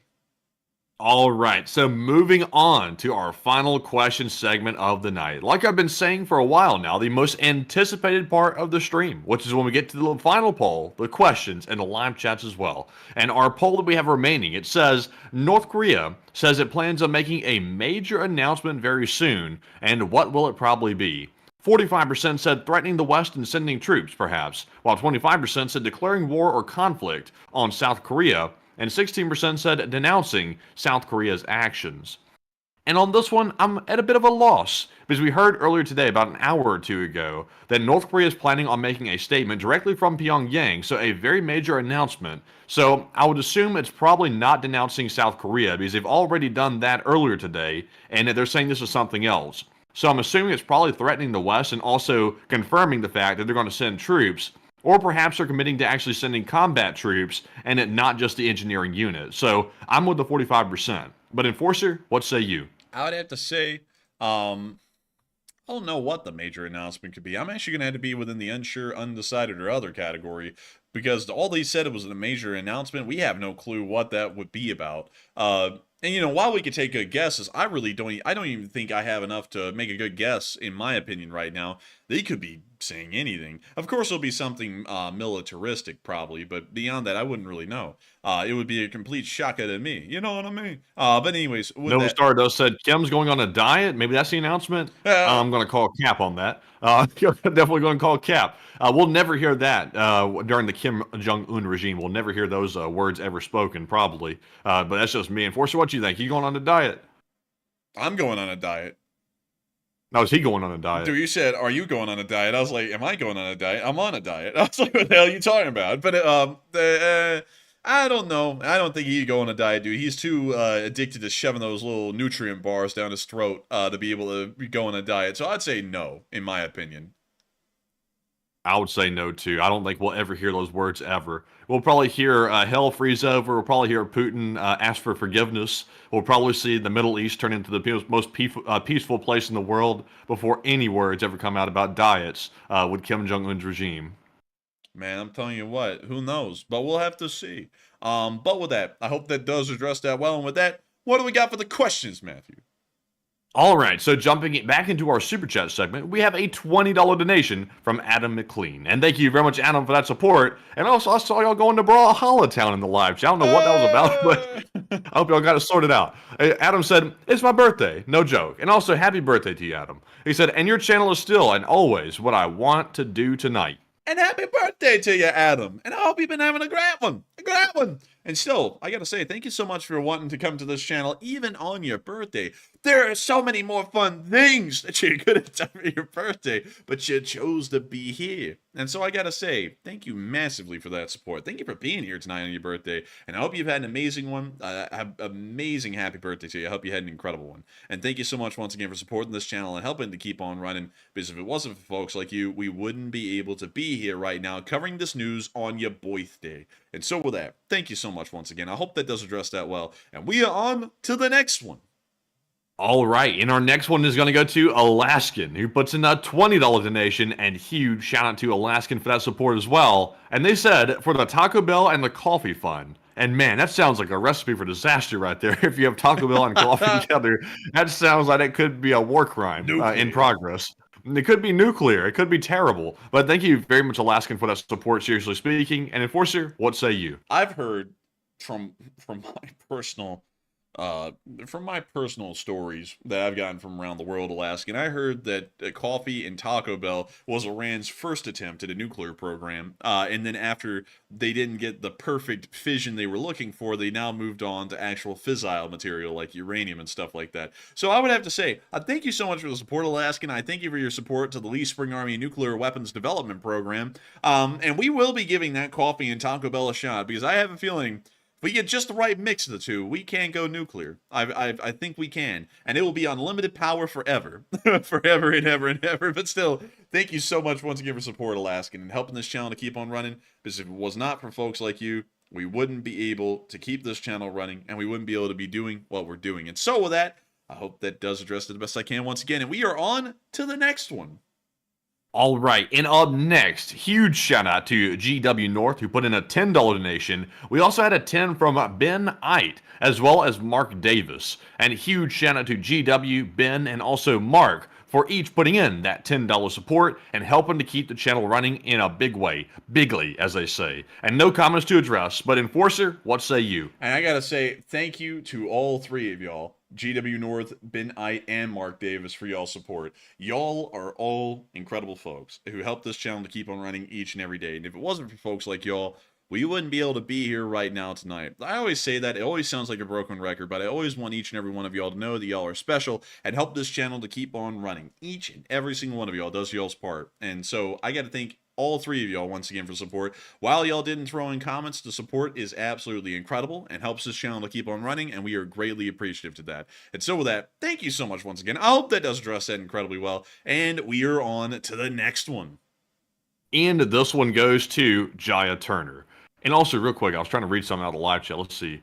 I saw someone in the live chat say, Russian president should calm the F down. No need for war. These leaders like China are messed up here in this world. Interesting. The Russian president should do a lot more than just calming down at this point, because he's already pulled the trigger on invading the country. So, I mean, he's got a lot of backtracking to do if he ever wants to really, like, make peace. I just don't think it's ever going to happen. I don't think we're ever going to see peace there, at least when Putin's in charge. But anyways, I just wanted to address that real quick because I was trying to read it. But anyways, that super chat from Jaya Turner is that $10 donation, and huge shout out to Jaya for that support. They said, tomorrow is my birthday, and a happy early birthday to you. So I won't be here, they said. But have a succulent Chinese meal on me. And much love from Missoula, Montana. And Slava Ukraine. And long live the LSA. And long live the Lee Spring Army. And I gotta say, thank you so much for support, Jai Turner. I hope you have a happy birthday while you may not be here, which I think is a smart move. I hope you have a fun on your birthday. I hope you do all kinds of stuff. And I said I hope you have it fun, like it was a singular kind of a thing. Like, I would like one fun, please. But beyond that, I thank you so much for wanting us to have a succulent Chinese meal, because we absolutely love succulent Chinese meals. That bao be bussin'. What are the charges, sir? Eating a Chinese meal? A succulent Chinese meal? Get your hands off my weenus. Get your hands off my weenus. That's just the bloke who touched me on the weenus here, people. Notice the headlock. He put that officer down bad, and he didn't even do anything. It's like the officer didn't do anything, the suspect didn't do anything. Everybody there was innocent. Dude, it was just entertainment for the cameras. That was the whole thing. Like, it's just entertainment. But still, with that, I hope that does address that the best we can about the whole Chinese meal side of things. And much love to Missoula, Montana. And let's go take a look at Missoula, Montana. Apparently, I've looked at Missoula in the past. And now that we're looking at it, I'm remembering Missoula. Where did we drop down? I think we dropped down over here. And I was like, oh, let's look at downtown. That would be cool. And then we dropped down. And then I said, oh, wow. That downtown is so freaking nice. It's like a classic old town. Well kept up. Looking pretty good. I gotta say, really, though, no lie, this actually does look pretty good. And so I hope you have a fun time out there in Missoula, Montana. And who knows? There might be other members of the Lee Spring Army out here in Missoula. But nevertheless, thank you so much for the support. Thank you for helping this channel to keep on running. And of course, long live the Lee Spring Army. And the Lee Spring Army will never die. And with that, we are on to the next one. I'm not going to lie. Like, I really want to move to one of those places where the mountains are nice like that in the background, like Missoula, like we just saw in Montana. Very nice places. Also, Salt Lake City was very nice as well. I thought that was a nice place. I want to be in those nice looking places with the mountains in it. One day. And also, somebody's roasting someone in the live chat. I'd love to see it. But anyways, moving on to our next super chat here. We have a $10 donation from LSA Master Sergeant Figment. And thank you very much, Sarge, for the $10 support. He said, I love the transparency in the stream. Even when you make an honest mistake, you correct yourself on air and make sure that you own the mistake, something that mainstream media won't ever do, and keep it up. And also, thank you very much, Master Sergeant. Also, no YouTubers will honestly ever admit to mistakes either. No. We've seen so many mistakes. Honestly, I'm beginning to think that they're intentional things that they're doing, like lying about the S500 story and things like that. I originally wrote it off as a mistake, but now they're not backtracking off of it and they're running with it. And now it looks like it's intentional because they've been notified that it's false and they keep running with it. So, you know, who the hell knows at this point? That's not good reporting, in my opinion. But, you know, y'all can make your minds up as well. But thank you very much, Master Sergeant. And Enforcer, what say you? And I would have to say, Master Sergeant, that I thank you so much for loving the transparency on the stream. I always try and make sure that we own mistakes because that's something I believe is only human, is to make error. And no one will ever be perfect and no one will ever be errorless. And I believe it's a very normal thing to recognize one's own shortcomings or possible failings and just admit to them and then improve off of that. It's a basic part of trying to work towards improvement. And a lot of people don't do that. A lot of people are very... how do I say it? Very self-centered in the modern world, very selfish or narcissistic. That's the best way to put it. And they can never admit that they've done anything wrong.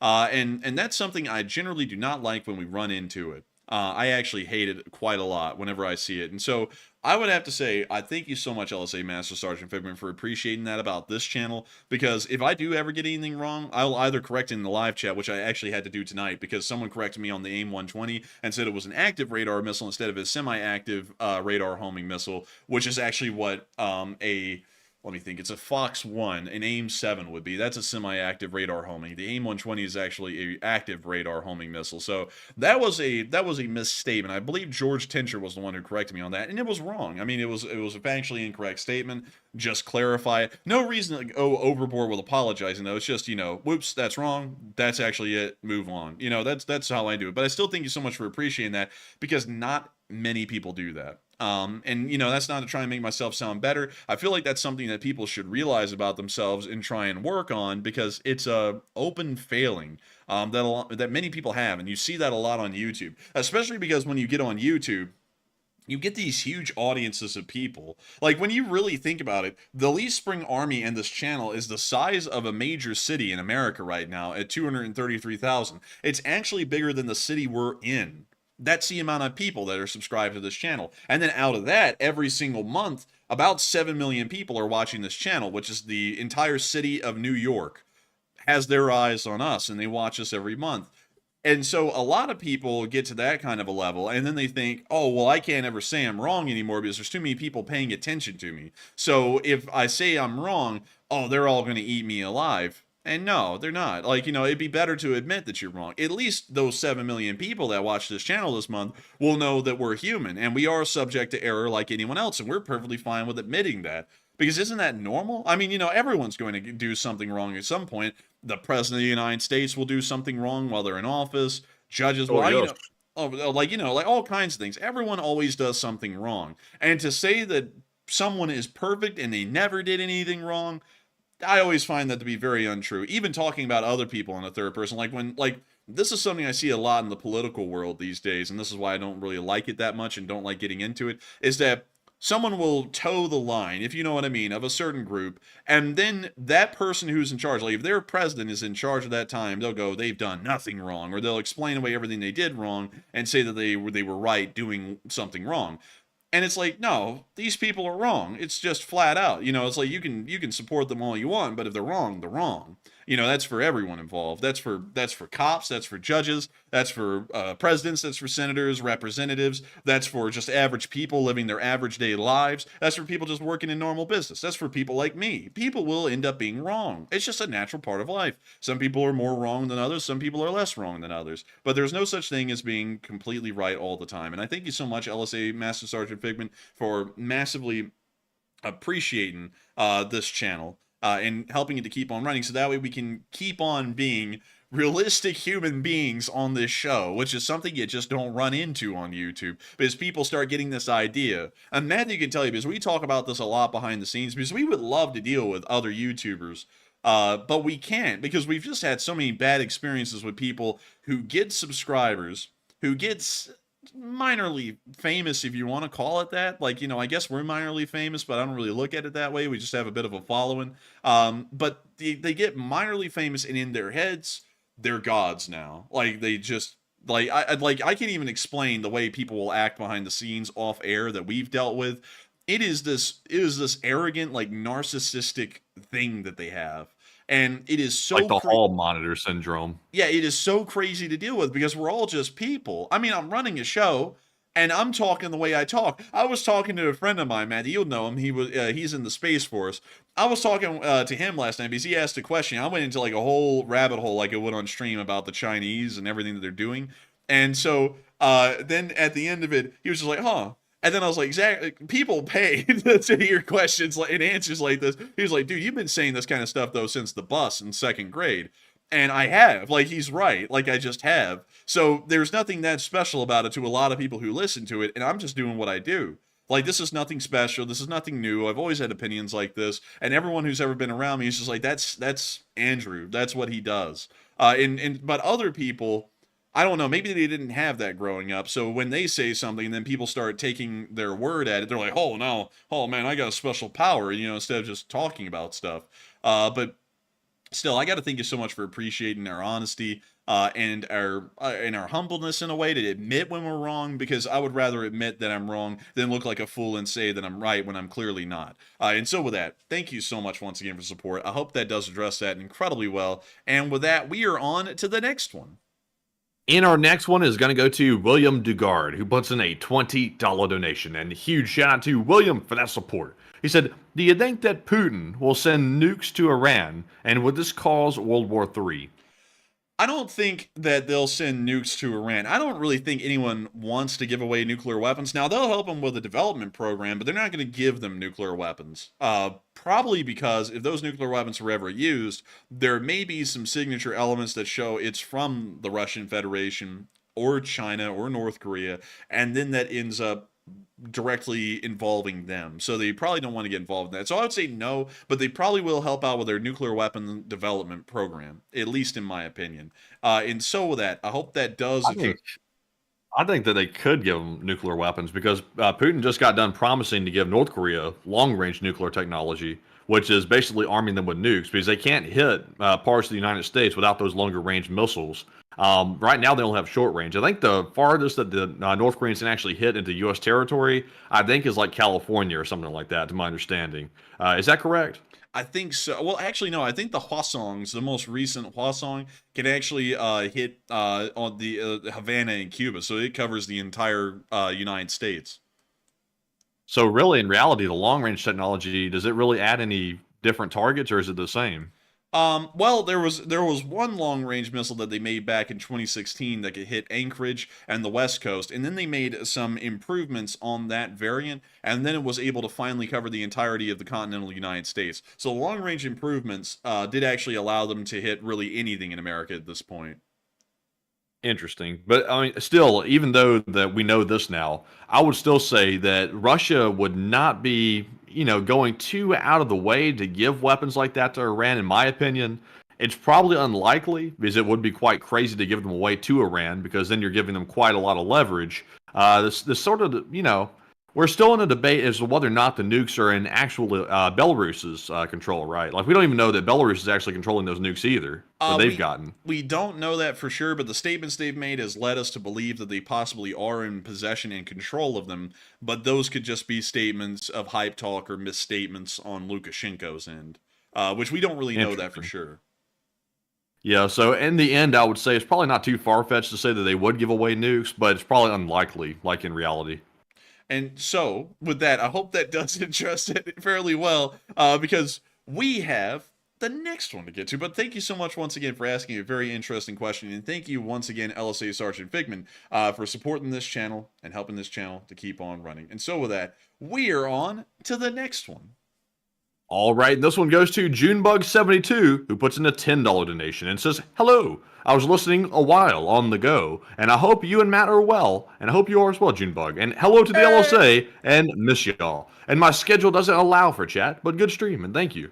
And thank you so much for the support, Junebug72, and thank you for listening on the go. A lot of people do that, and a lot of people appreciate when I start narrating everything because they don't have to look at the screen the whole time. But beyond that, I gotta say, we are doing quite well. We are doing quite well, as a matter of fact. We're over here doing our thing. We're relaxing-ish, working a good bit, relaxing-ish a little bit. But still, I thank you so much for the kind words to us and the entirety of the LSA. And of course, we miss you too, Junebug72. We miss everyone when they're gone. Like Hoagie Redneck, we always notice when people are not here in the live chat, that are always here every single night. When y'all are gone, we notice. And usually we say something about it during the countdown in the stream or after the stream. But still, I completely understand. Sometimes schedules don't allow for chat, but we're still happy to have you here tonight. And thank you so much once again for enjoying the stream and enjoying the news we put out and supporting the channel and helping it to keep on running. And so with that, I hope that does address that incredibly well. And I believe, speaking of someone we haven't seen in the live chat for a little bit,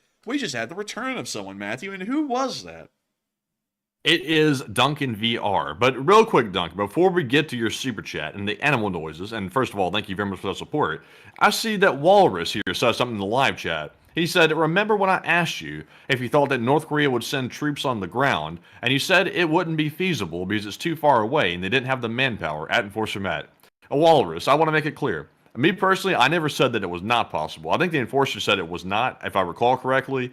But in my opinion, I don't think I voiced my opinion on that one. But I've always thought it's possible that North Korea could send troops to Ukraine. I honestly thought it was unlikely, but now we see obviously that it's a whole different situation because now they're sending an engineering group and they might send more troops in the future. So, Enforcer, how do you answer to Walrus? So what do you say? The North Koreans cannot independently support their forces. They are going to require Russian support from this point forward to be able to keep these forces going because the North Koreans do not have the logistical capacity to be able to transport supplies and equipment from North Korea across the Russian Federation and into Ukraine. They have no strategic airlifts to speak of. They have no major railroad logistics units that would be able to span such a wide area. So while they're moving their forces into Ukraine, they're not going to be able to make them self-sufficient and support them on their own. It's most likely going to be that the Russians have to provide a lot of the material support. It's just that the North Koreans provide the manpower in that specific unit.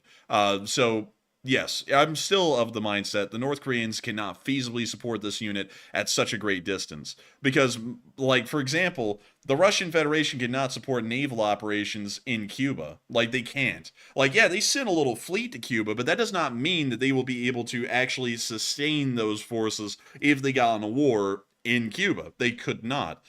So I would have to generally be of that same mindset that they would not really be able to keep their forces going on their own in Ukraine. Yes, they're going to be there, but they're not going to be supplied by North Korea. They're going to be supplied by the Russians because there's no way that North Korea could pull that off. But with that, I hope that does address it well. And Walrus, I don't take that as you calling me out. And anyways, if you are calling me out, it's a good question. I mean, it's a complete contradiction, at least on the face of it, to what I said previously. But I hope that explaining it that way, it makes it a little bit clear what I mean by that. And so with that, we are on to the next one. All right. And also, I didn't take it as a call you out thing either, by the way, Walrus. It's all good. It was I all saw a it and I joke, was man. like, They just meant that as a joke. It's a prank, bro. It's a yeah, prank.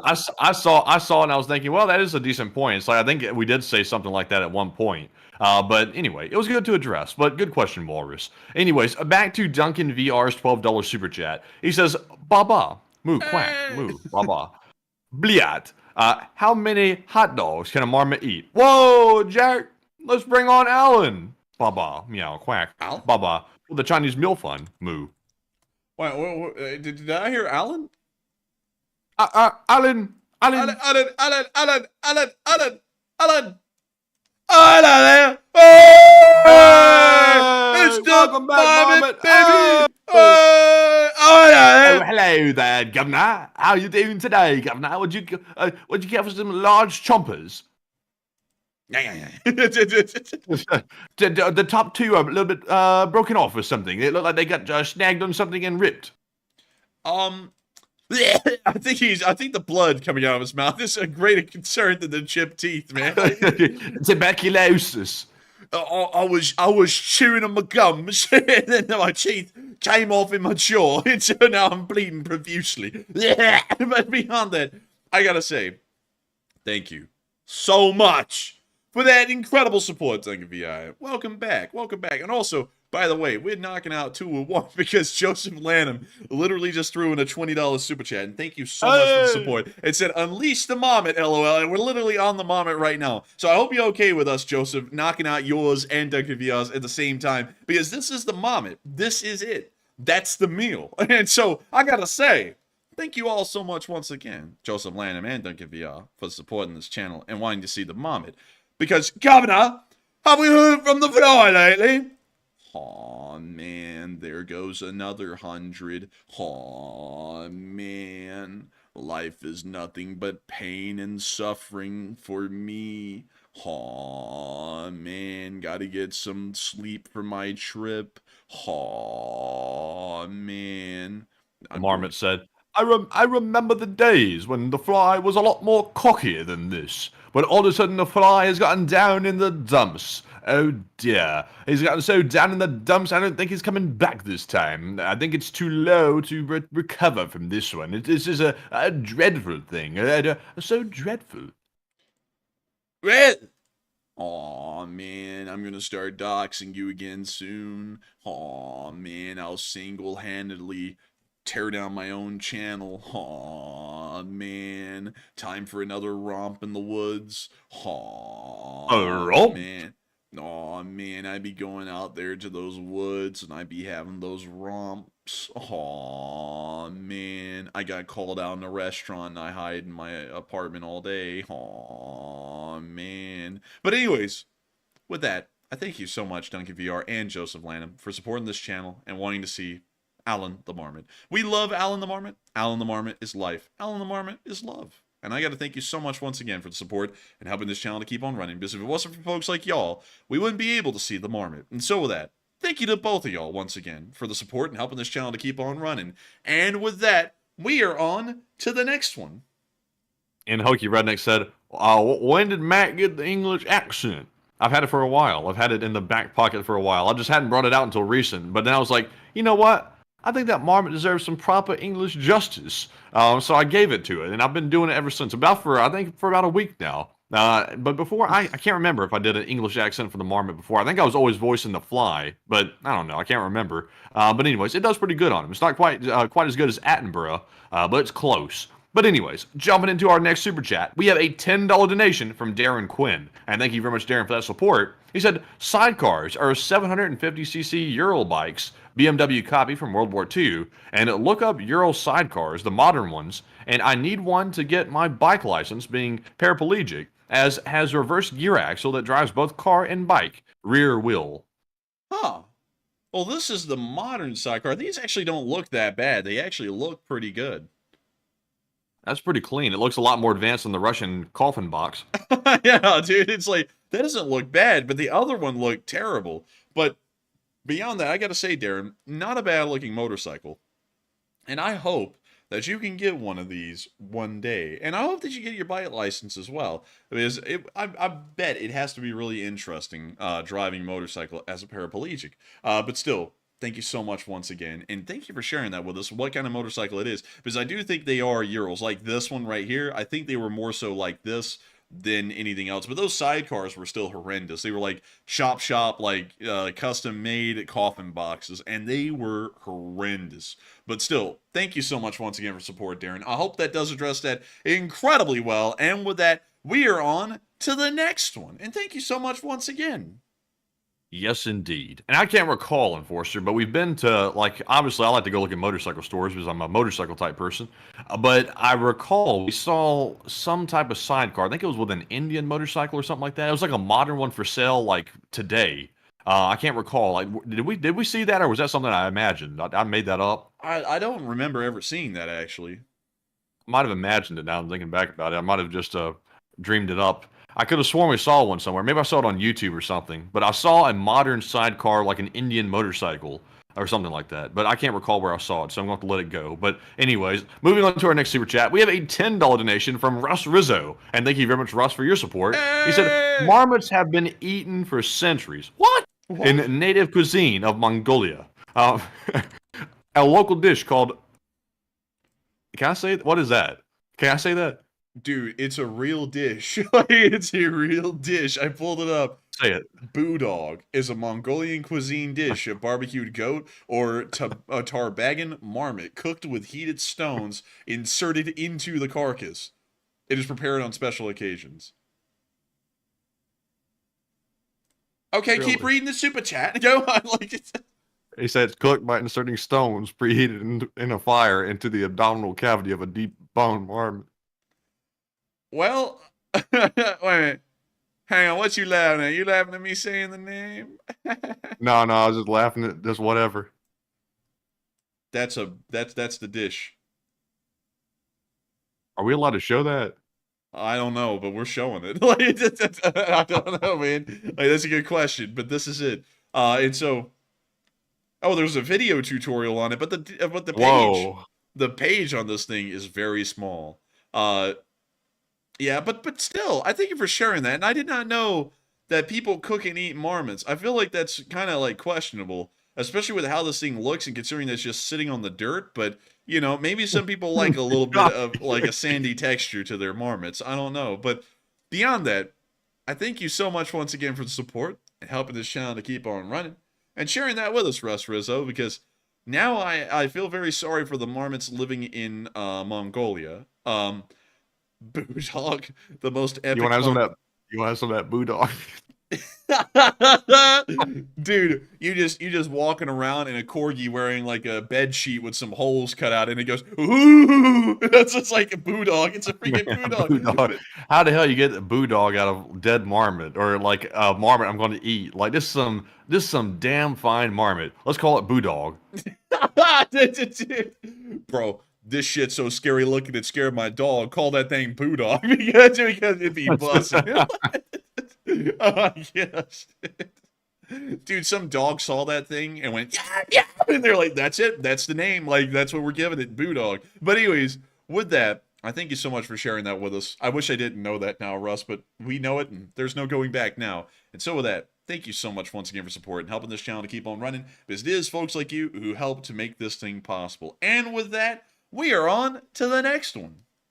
And this one goes to Octavian Timasaranu, who puts in a $5 donation. And thank you very much, Octavian, for that support. He said, what are your thoughts on North Korea sending engineering brigades to Ukraine? And should the NATO/South Koreans send their own brigades? And how should the West respond?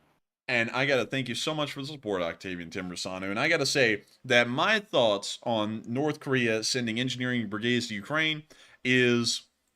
let's wait. That's my honest opinion, because we don't really know what they're going to do. We don't know if they're going to do badly, if they're going to do well. If they do badly, we don't have to do anything. And if they do well, then we need to be concerned. I would highly doubt that they'll do well, though. But if they did well and they started to improve the frontline situation for the Russians, I would say that NATO intervention might be necessary at that point. So I would generally have to say, let's give it some time. Let's wait. Let's see what happens. And then based off of what happens, let's see what our response will be. And so with that, I hope that does address that. Esophagus. That was the sound of my windpipe imploding for a moment for no reason. But with that, I hope that does address that fairly well. And I thank you so much once again, Octavian Timbrosano, for the support, helping this channel to keep on running, because it is folks like you who help to make this thing possible. And with that, we are on to the next one. And our next one goes to CK Bold, who puts in a $5 donation. And thank you very much, CK, for putting in the regular. And he said take a live chat question. And we shall, in honor of CK Bold. And the live chat question here is going to go to Tall Short. A little bit of both. They said, any word on F-16s and possible first strike with them?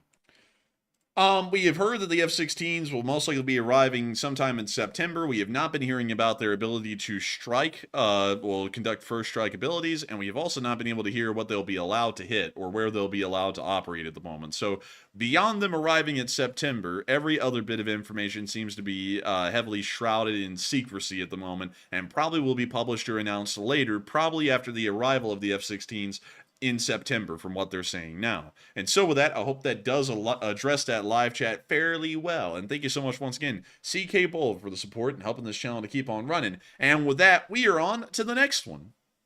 And this one goes to Darren Quinn, who puts in a 5 as well. He said, will Ruski... Let's see. Hold on a second. Let's see. What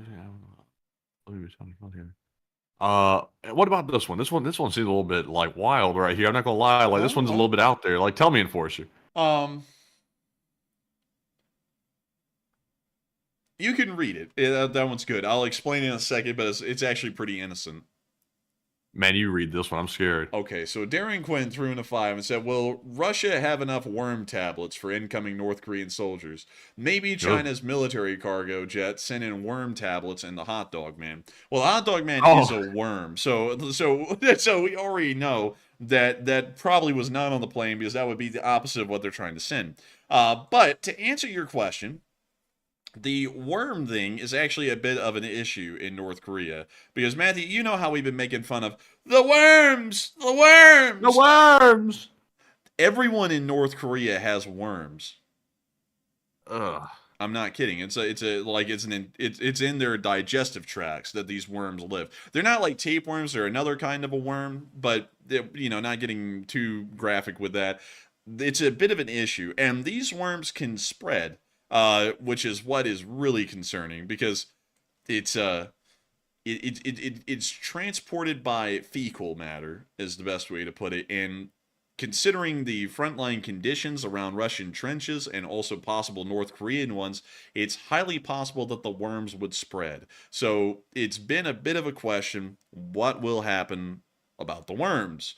The worms! And it could be that the Russians are planning on providing those tablets. It could be that no one is planning anything about that at all, which is probably the realistic scenario, and then the worms will start to spread. And then we'll see that they deal with that at some point later. But yes, the worm thing, I don't think the Chinese were sending worm tablets, but that is going to be a bit of a thing, the whole worm thing. And so with that, I hope that does address that fairly well. And I thank you so much once again for the support and helping this channel to keep on running. And with that, we are on to the next one. All right. And our next one here is going to go to Hokey Redneck yet again. And huge shout out to Hokey for the second support of the night. It's a big support. It's $50 support, and we appreciate that very much. And Hokey says, review of the 29th ID VA1. The VA one. The VA one. What do you mean by VA, Hokey Redneck? Do you mean Veterans Affairs? Do you mean that one? Let's see. I don't know what the Vietnam. The Virginia one? Sadly, I don't know. Please clarify, Hokey Redneck, what the VA means in that question, so that way I can know. But I can talk about the 29th Infantry Division as a whole. This is their patch. That's the yin and the yang. The yin and the gang. Bro, that'd be that yin and gang. You know what I mean? That gang, baby. I don't know why I can't talk with the down tonight for some reason. I feel like, whoa, Jack. I feel like I'm about 80. Whoa. What? Their motto is 29. Let's go. Whoa. That's too old. But anyways, moving on from that. Oh, goodness. Let's see here. What were they involved in? World War I, World War II, NATO intervention in Bosnia and Herzegovina, and let's see, the global war on terror in Iraq and Afghanistan. Pretty cool.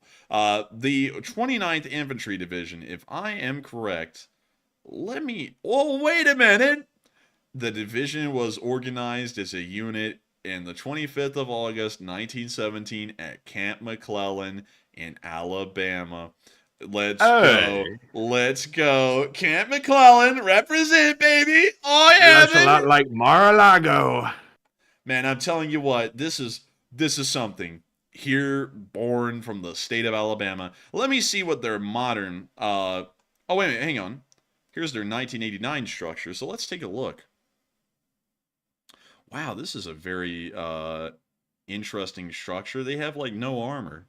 It's all infantry. Like, it's not even, like, mechanized infantry. It's just, or motorized infantry from what I would have to assume that this is motorized, because that would make no damn sense to have literal foot-mounted infantry just moving around out there. So I'm assuming that these guys are motorized at a minimum.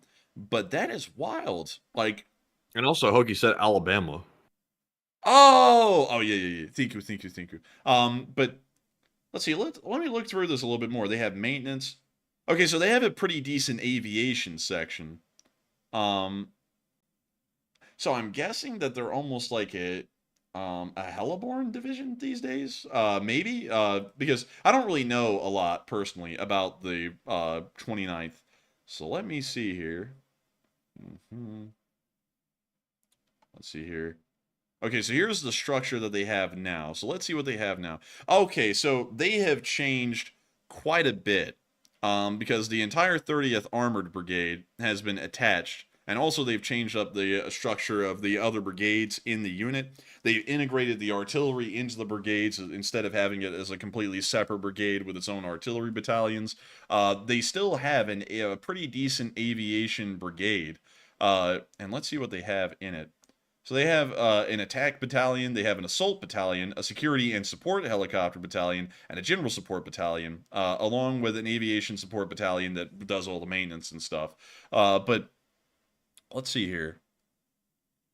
Yeah, so they have a pretty nice little armored layout now, because these are armored units here, the 4th, 1st, and 1st battalions of the 118th, 120th, and 252nd Infantry Regiments. But they also have a cavalry regiment, which is probably made up of mostly Bradleys.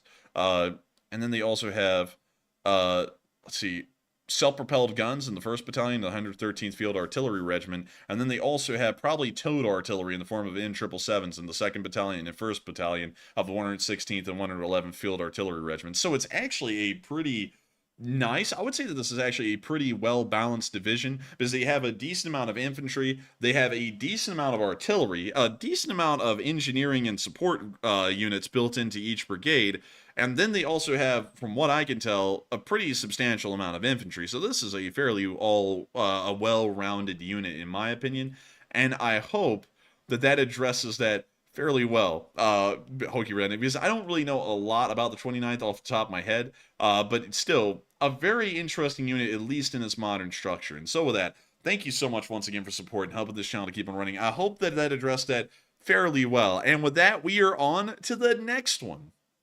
All right, and the next one is going to go to Ben Ite, who puts in a $10 donation. And huge shout out to you, Ben, for that support. Hey! He said, at this point, what event by the Ukrainian army would spark heavier resistance by the Russian army, as Russia seems content on playing heavy defense? That's a good question. Let's see. At this point, what event by the Ukrainian army would spark heavier resistance by the Russian army? Well, a Ukrainian offensive around Vovchansk might be a bit of a desperate thing, because there's no way to pull those guys out without abandoning the city. So that may encourage them to conduct a heavier defense. But the thing is with defense, a heavy defense requires about the same amount and kind of equipment that you would need for an offensive. And they're running out of that kind of equipment, like tanks and also artillery. So it's really hard for them to be able to conduct heavy defensives, because they don't really have the equipment necessary to be able to successfully do that. So I would say they're probably running out of that ability at this point, but if battlefield situations start to get extremely desperate, they may conduct heavy defenses then, but not really that often because the amount of equipment that they have is very limited and they have to consider it as precious and really non-expendable at this point if they want to try and survive a longer time during the war. But with that, I hope that does address that well, Ben, and thank you once again for support and helping this channel to keep on running. And with that, we are on to the next one. And the next one goes to LSA Master Sergeant Figment, who puts in a $2 donation. And huge shout out to Master Sergeant once again. He said, LSA, hit the like button, and that's an order. And that is an order from LSA Master Sergeant Figment. Hit that like button. Order. And we have hit 2,700 likes so far. I wonder if we can hit 3,000, and I think we can. I think we will. And so with that, I thank you so much once again for the support and helping this channel to keep on running. Because it is folks like you who helped make this thing possible, I'll say Master Sergeant Figment. And I thank you so much once again for running this channel, supporting this channel, and helping it to keep on running. I got that in reverse right there. But still, with that, thank you so much once again. And we are on to the last super chat of this segment, and then we're going to be moving on into the live chat. So what do we got, Matthew? All right, and this one goes to Dean London, who puts in a 2 and says, keep up the good work. And I got to say, thank you so much, Team London, for wanting us to keep up the good work, and thank you for always being here. I always see you in the live chat pretty often, and I got to say that it's wonderful to know that you're still here with us tonight, enjoying this channel, supporting it, and helping it to keep on running, and thank you so much once again for wanting us to keep up the good work, because we try our absolute hardest to work as hard as possible to get this news out to all of y'all, and we're always really appreciative to know that y'all enjoy it. And so with that, we're now moving on into the live chats, and what do we got, Matthew? All right, so first up, of course, we have to go over the Morse code decoders of the stream. And tonight, of course, we also had the full roster. Cliff Simonson, Mark Hodges, Earl Bernew, Paul Schultz, Kevin J., Rumpelstiltskin, and David Millsaps. They said, the Morse says, Ukraine has begun to push back. Long live the LSA and long live the counteroffensive. And that is the sound of money, and y'all got that dead on the nail. That was the Morse code message of the night, and I gotta congratulate y'all for getting that correct on the 857th day of war. Y'all been doing that like clockwork every single day, and y'all are still doing it, and it is absolutely incredible, absolutely unbelievable. And so with that, I hope that does address that fairly well, and we are on to the next one. All right, and our first live chat question of the night is going to go to Alex77, who says, what do you think Ukraine would do if Russia amassed 400,000 troops to attack Kyiv? They would not be able to amass 400,000 troops. That would be like impossible for them. So I would say if they were able to do that, I think the war would truly be lost because, one, Ukraine would not really be able to defend against 400,000 troops just advancing across the northern border. That would actually truly overwhelm them. And second, they really can't do that. So I hope that addresses that well, because maybe like 50,000, yeah, that's realistic, but 400,000, we're literally talking about an entire second Russian army, like the literal Russian ground force is just a second one appearing out of nowhere. And at that point, Ukraine really wouldn't be able to do anything. And so with that, I hope that addresses that somewhat well, and we are on to the next one.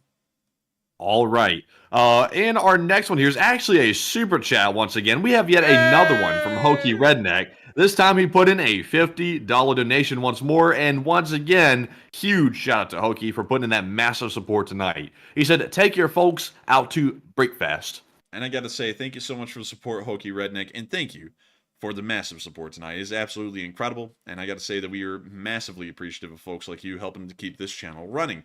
I would also have to say, thank you for wanting to take our folks out to breakfast, or wanting us to take our folks out to breakfast. We would love to take them out to breakfast, but the reality is we get up at like midday. We get up at like 11 or 12 in the middle of the day. So we miss breakfast every single day. I have not had a real breakfast in years.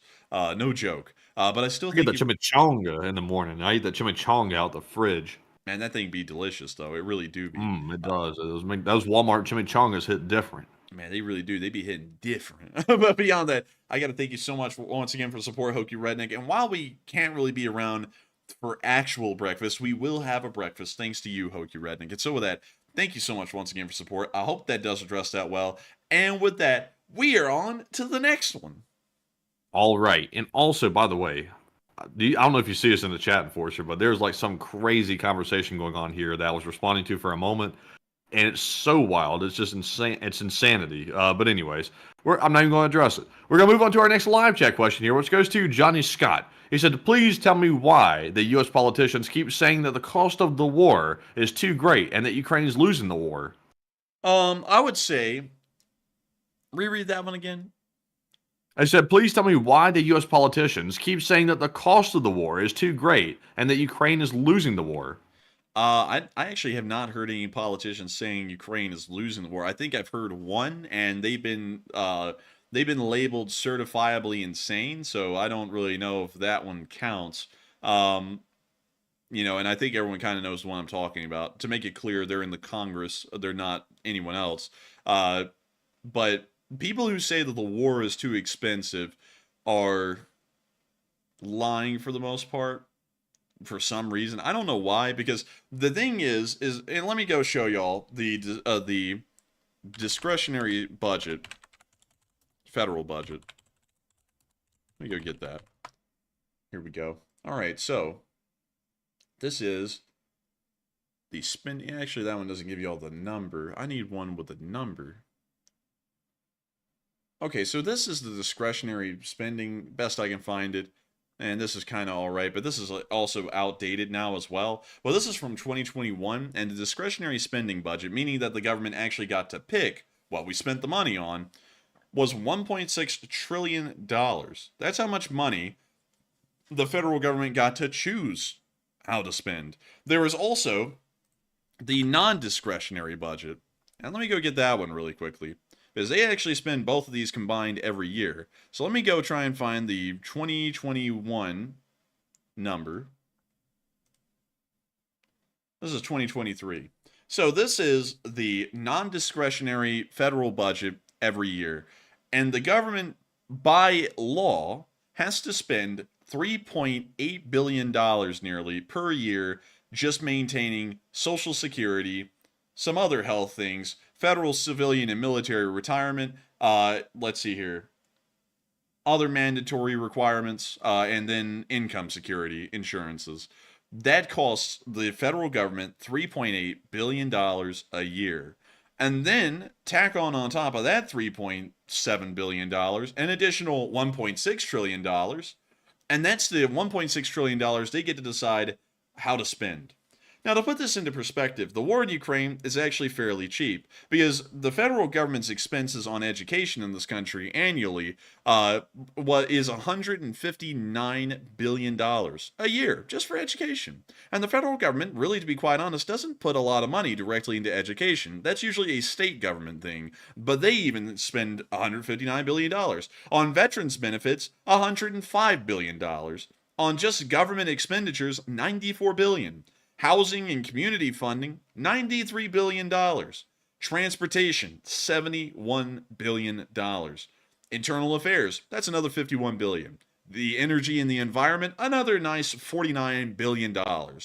Now, when you put this into perspective that we gave Ukraine $21 billion, well, actually, I believe it was $60 billion, that means that this year, it lies right in between international affairs and transportation and discretionary spending.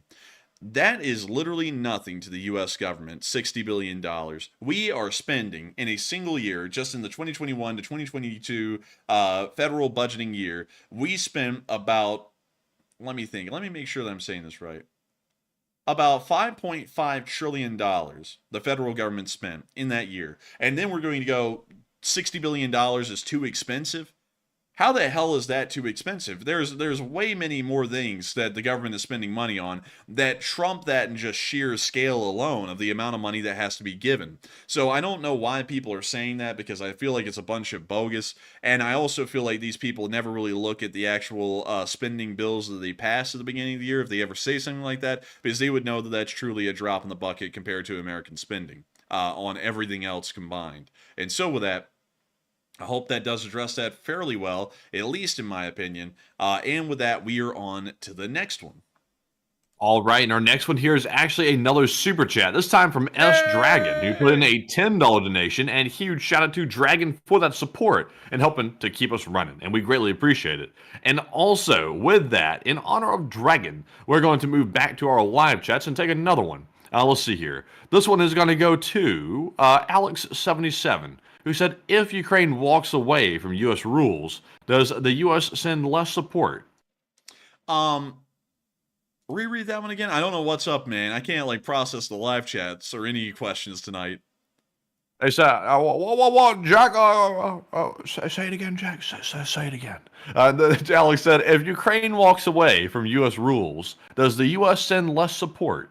We would probably stop sending support entirely, to be quite honest. It would be it would be kind of like a weaning off, but we would probably stop sending support entirely. And so with that, I hope that does address that well, and we are on to the third to last question of the night. And this one goes to Eric Nelson. He said, if Ukraine attacks Russia deep in Russian territory with our long-range missiles, how likely do you think Putin is to use nuclear weapons? It might start getting a little bit close at that point, really, because then they could start making an argument that's in defense of the Russian state because it's facing an existential crisis. That could be something they could try and argue, but I still feel like the chances of nuclear weapons usage even then would be a little distant. Like, when I say that it's getting closer, I'm talking about, like, maybe a 15% chance, something along those lines, but it's not like an overwhelming, like, 50 to 60% chance. It still would be fairly low, but it would get a lot closer than it ever has before. And so with that, I hope that does address that fairly well, at least in my opinion. And with that, we are on to the second to last question of the night. And this one goes to Nova Stardust, who says, if captured, how will the DPRK, aka North Korean soldiers, be treated, I wonder? And I'm sure that most wouldn't want to be exchanged, and I expected that they would be punished for being captured or surrendered. They probably would be punished, entirely honest. And also, another thing, they would probably be treated the same as the Russians, really. They're not going to differentiate the treatment because according to the rules of war, the treatment is supposed to be the same across the board and fairly humane. So they'll probably be ensuring that it's at least fairly humane at a minimum. But I don't really know if they'd want to be switched back. That is a good question. But then again, if they're in a prisoner of war camp, it's not really like they're going on a beach vacation or anything, and they now wouldn't know what the good life is. They're going to be in a prisoner of war camp. We've seen how the Ukrainians run them, and while it is somewhat hospitable, it's still unpleasant. So I would say they probably would get transferred back, but they would probably be looked at as cowards because they didn't sacrifice themselves for the greatness of the motherland and for the greatness of the Kims. And so with almost back, and we are back. Dude, that's wild, man. We were getting on to the last question of the night. It starts doing that. And so with that, we are now on to the final question of the night. And so, who is the lucky last person through in the lucky last question of the night? And that viewer is Bootleg, who says, what no one is asking about is that the F-16s are rumored to have been in use by Ukraine in the last couple of days. And Bootleg, I actually saw that rumor today. I saw it on Twitter, by the way. And it came from an account that I usually watch closely. I always double check them, but I won't call out who it is. But to be perfectly honest, that rumor is as unsubstantiated as the S500 claim and also the other claims we've been hearing as well. I don't know, like the enforcer was saying earlier, I'm not sure what's going on with the unverified and rumored claims that are going on this week, but it's like the week of like insanity when it comes to the OSINT world. I don't know what's going on with that. There's no evidence of the F-16s being there, but one guy said, hey, I think I saw one, and it got spread around everywhere. So I don't think there's any truth to it. But Enforcer, what do you think? Man, this is a Ghost of Kyiv crap all over again, man. Like, someone said, oh, look, the Ghost of Kyiv. And the Ukrainian Air Force literally came out like 2 days later and said, no, there's no such thing as the Ghost of Kyiv. And they went, it's real. It's freaking real. And then later on, that was used by the pro-Russians as an argument against Ukrainian information is, well, they came up with a Ghost of Kyiv, and it's like, well, the government didn't. It was like some random person who ran like a War Thunder channel or something. But beyond that, I have not heard any proof to those claims. I've heard people say that the F-16s are already in Ukraine, they're already using them.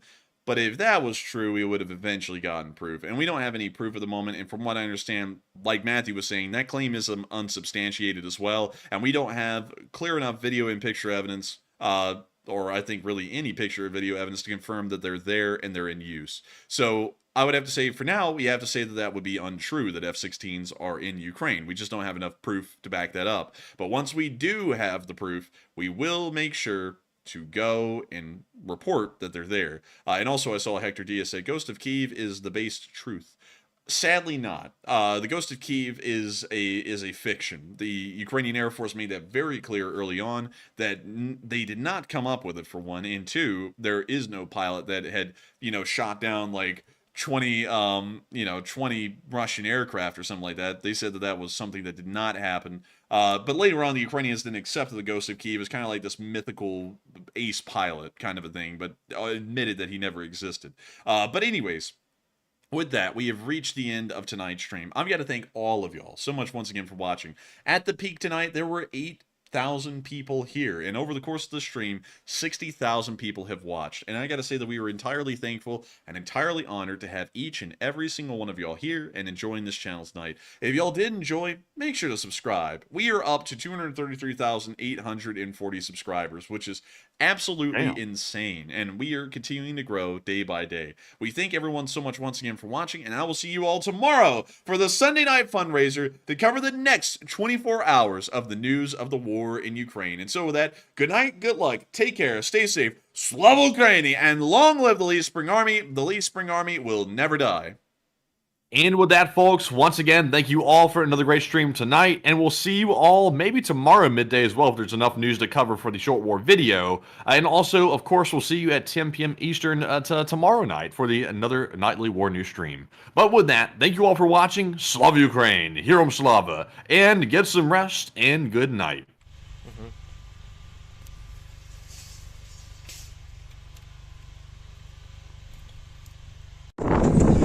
The Leaf Spring Army sends its regards.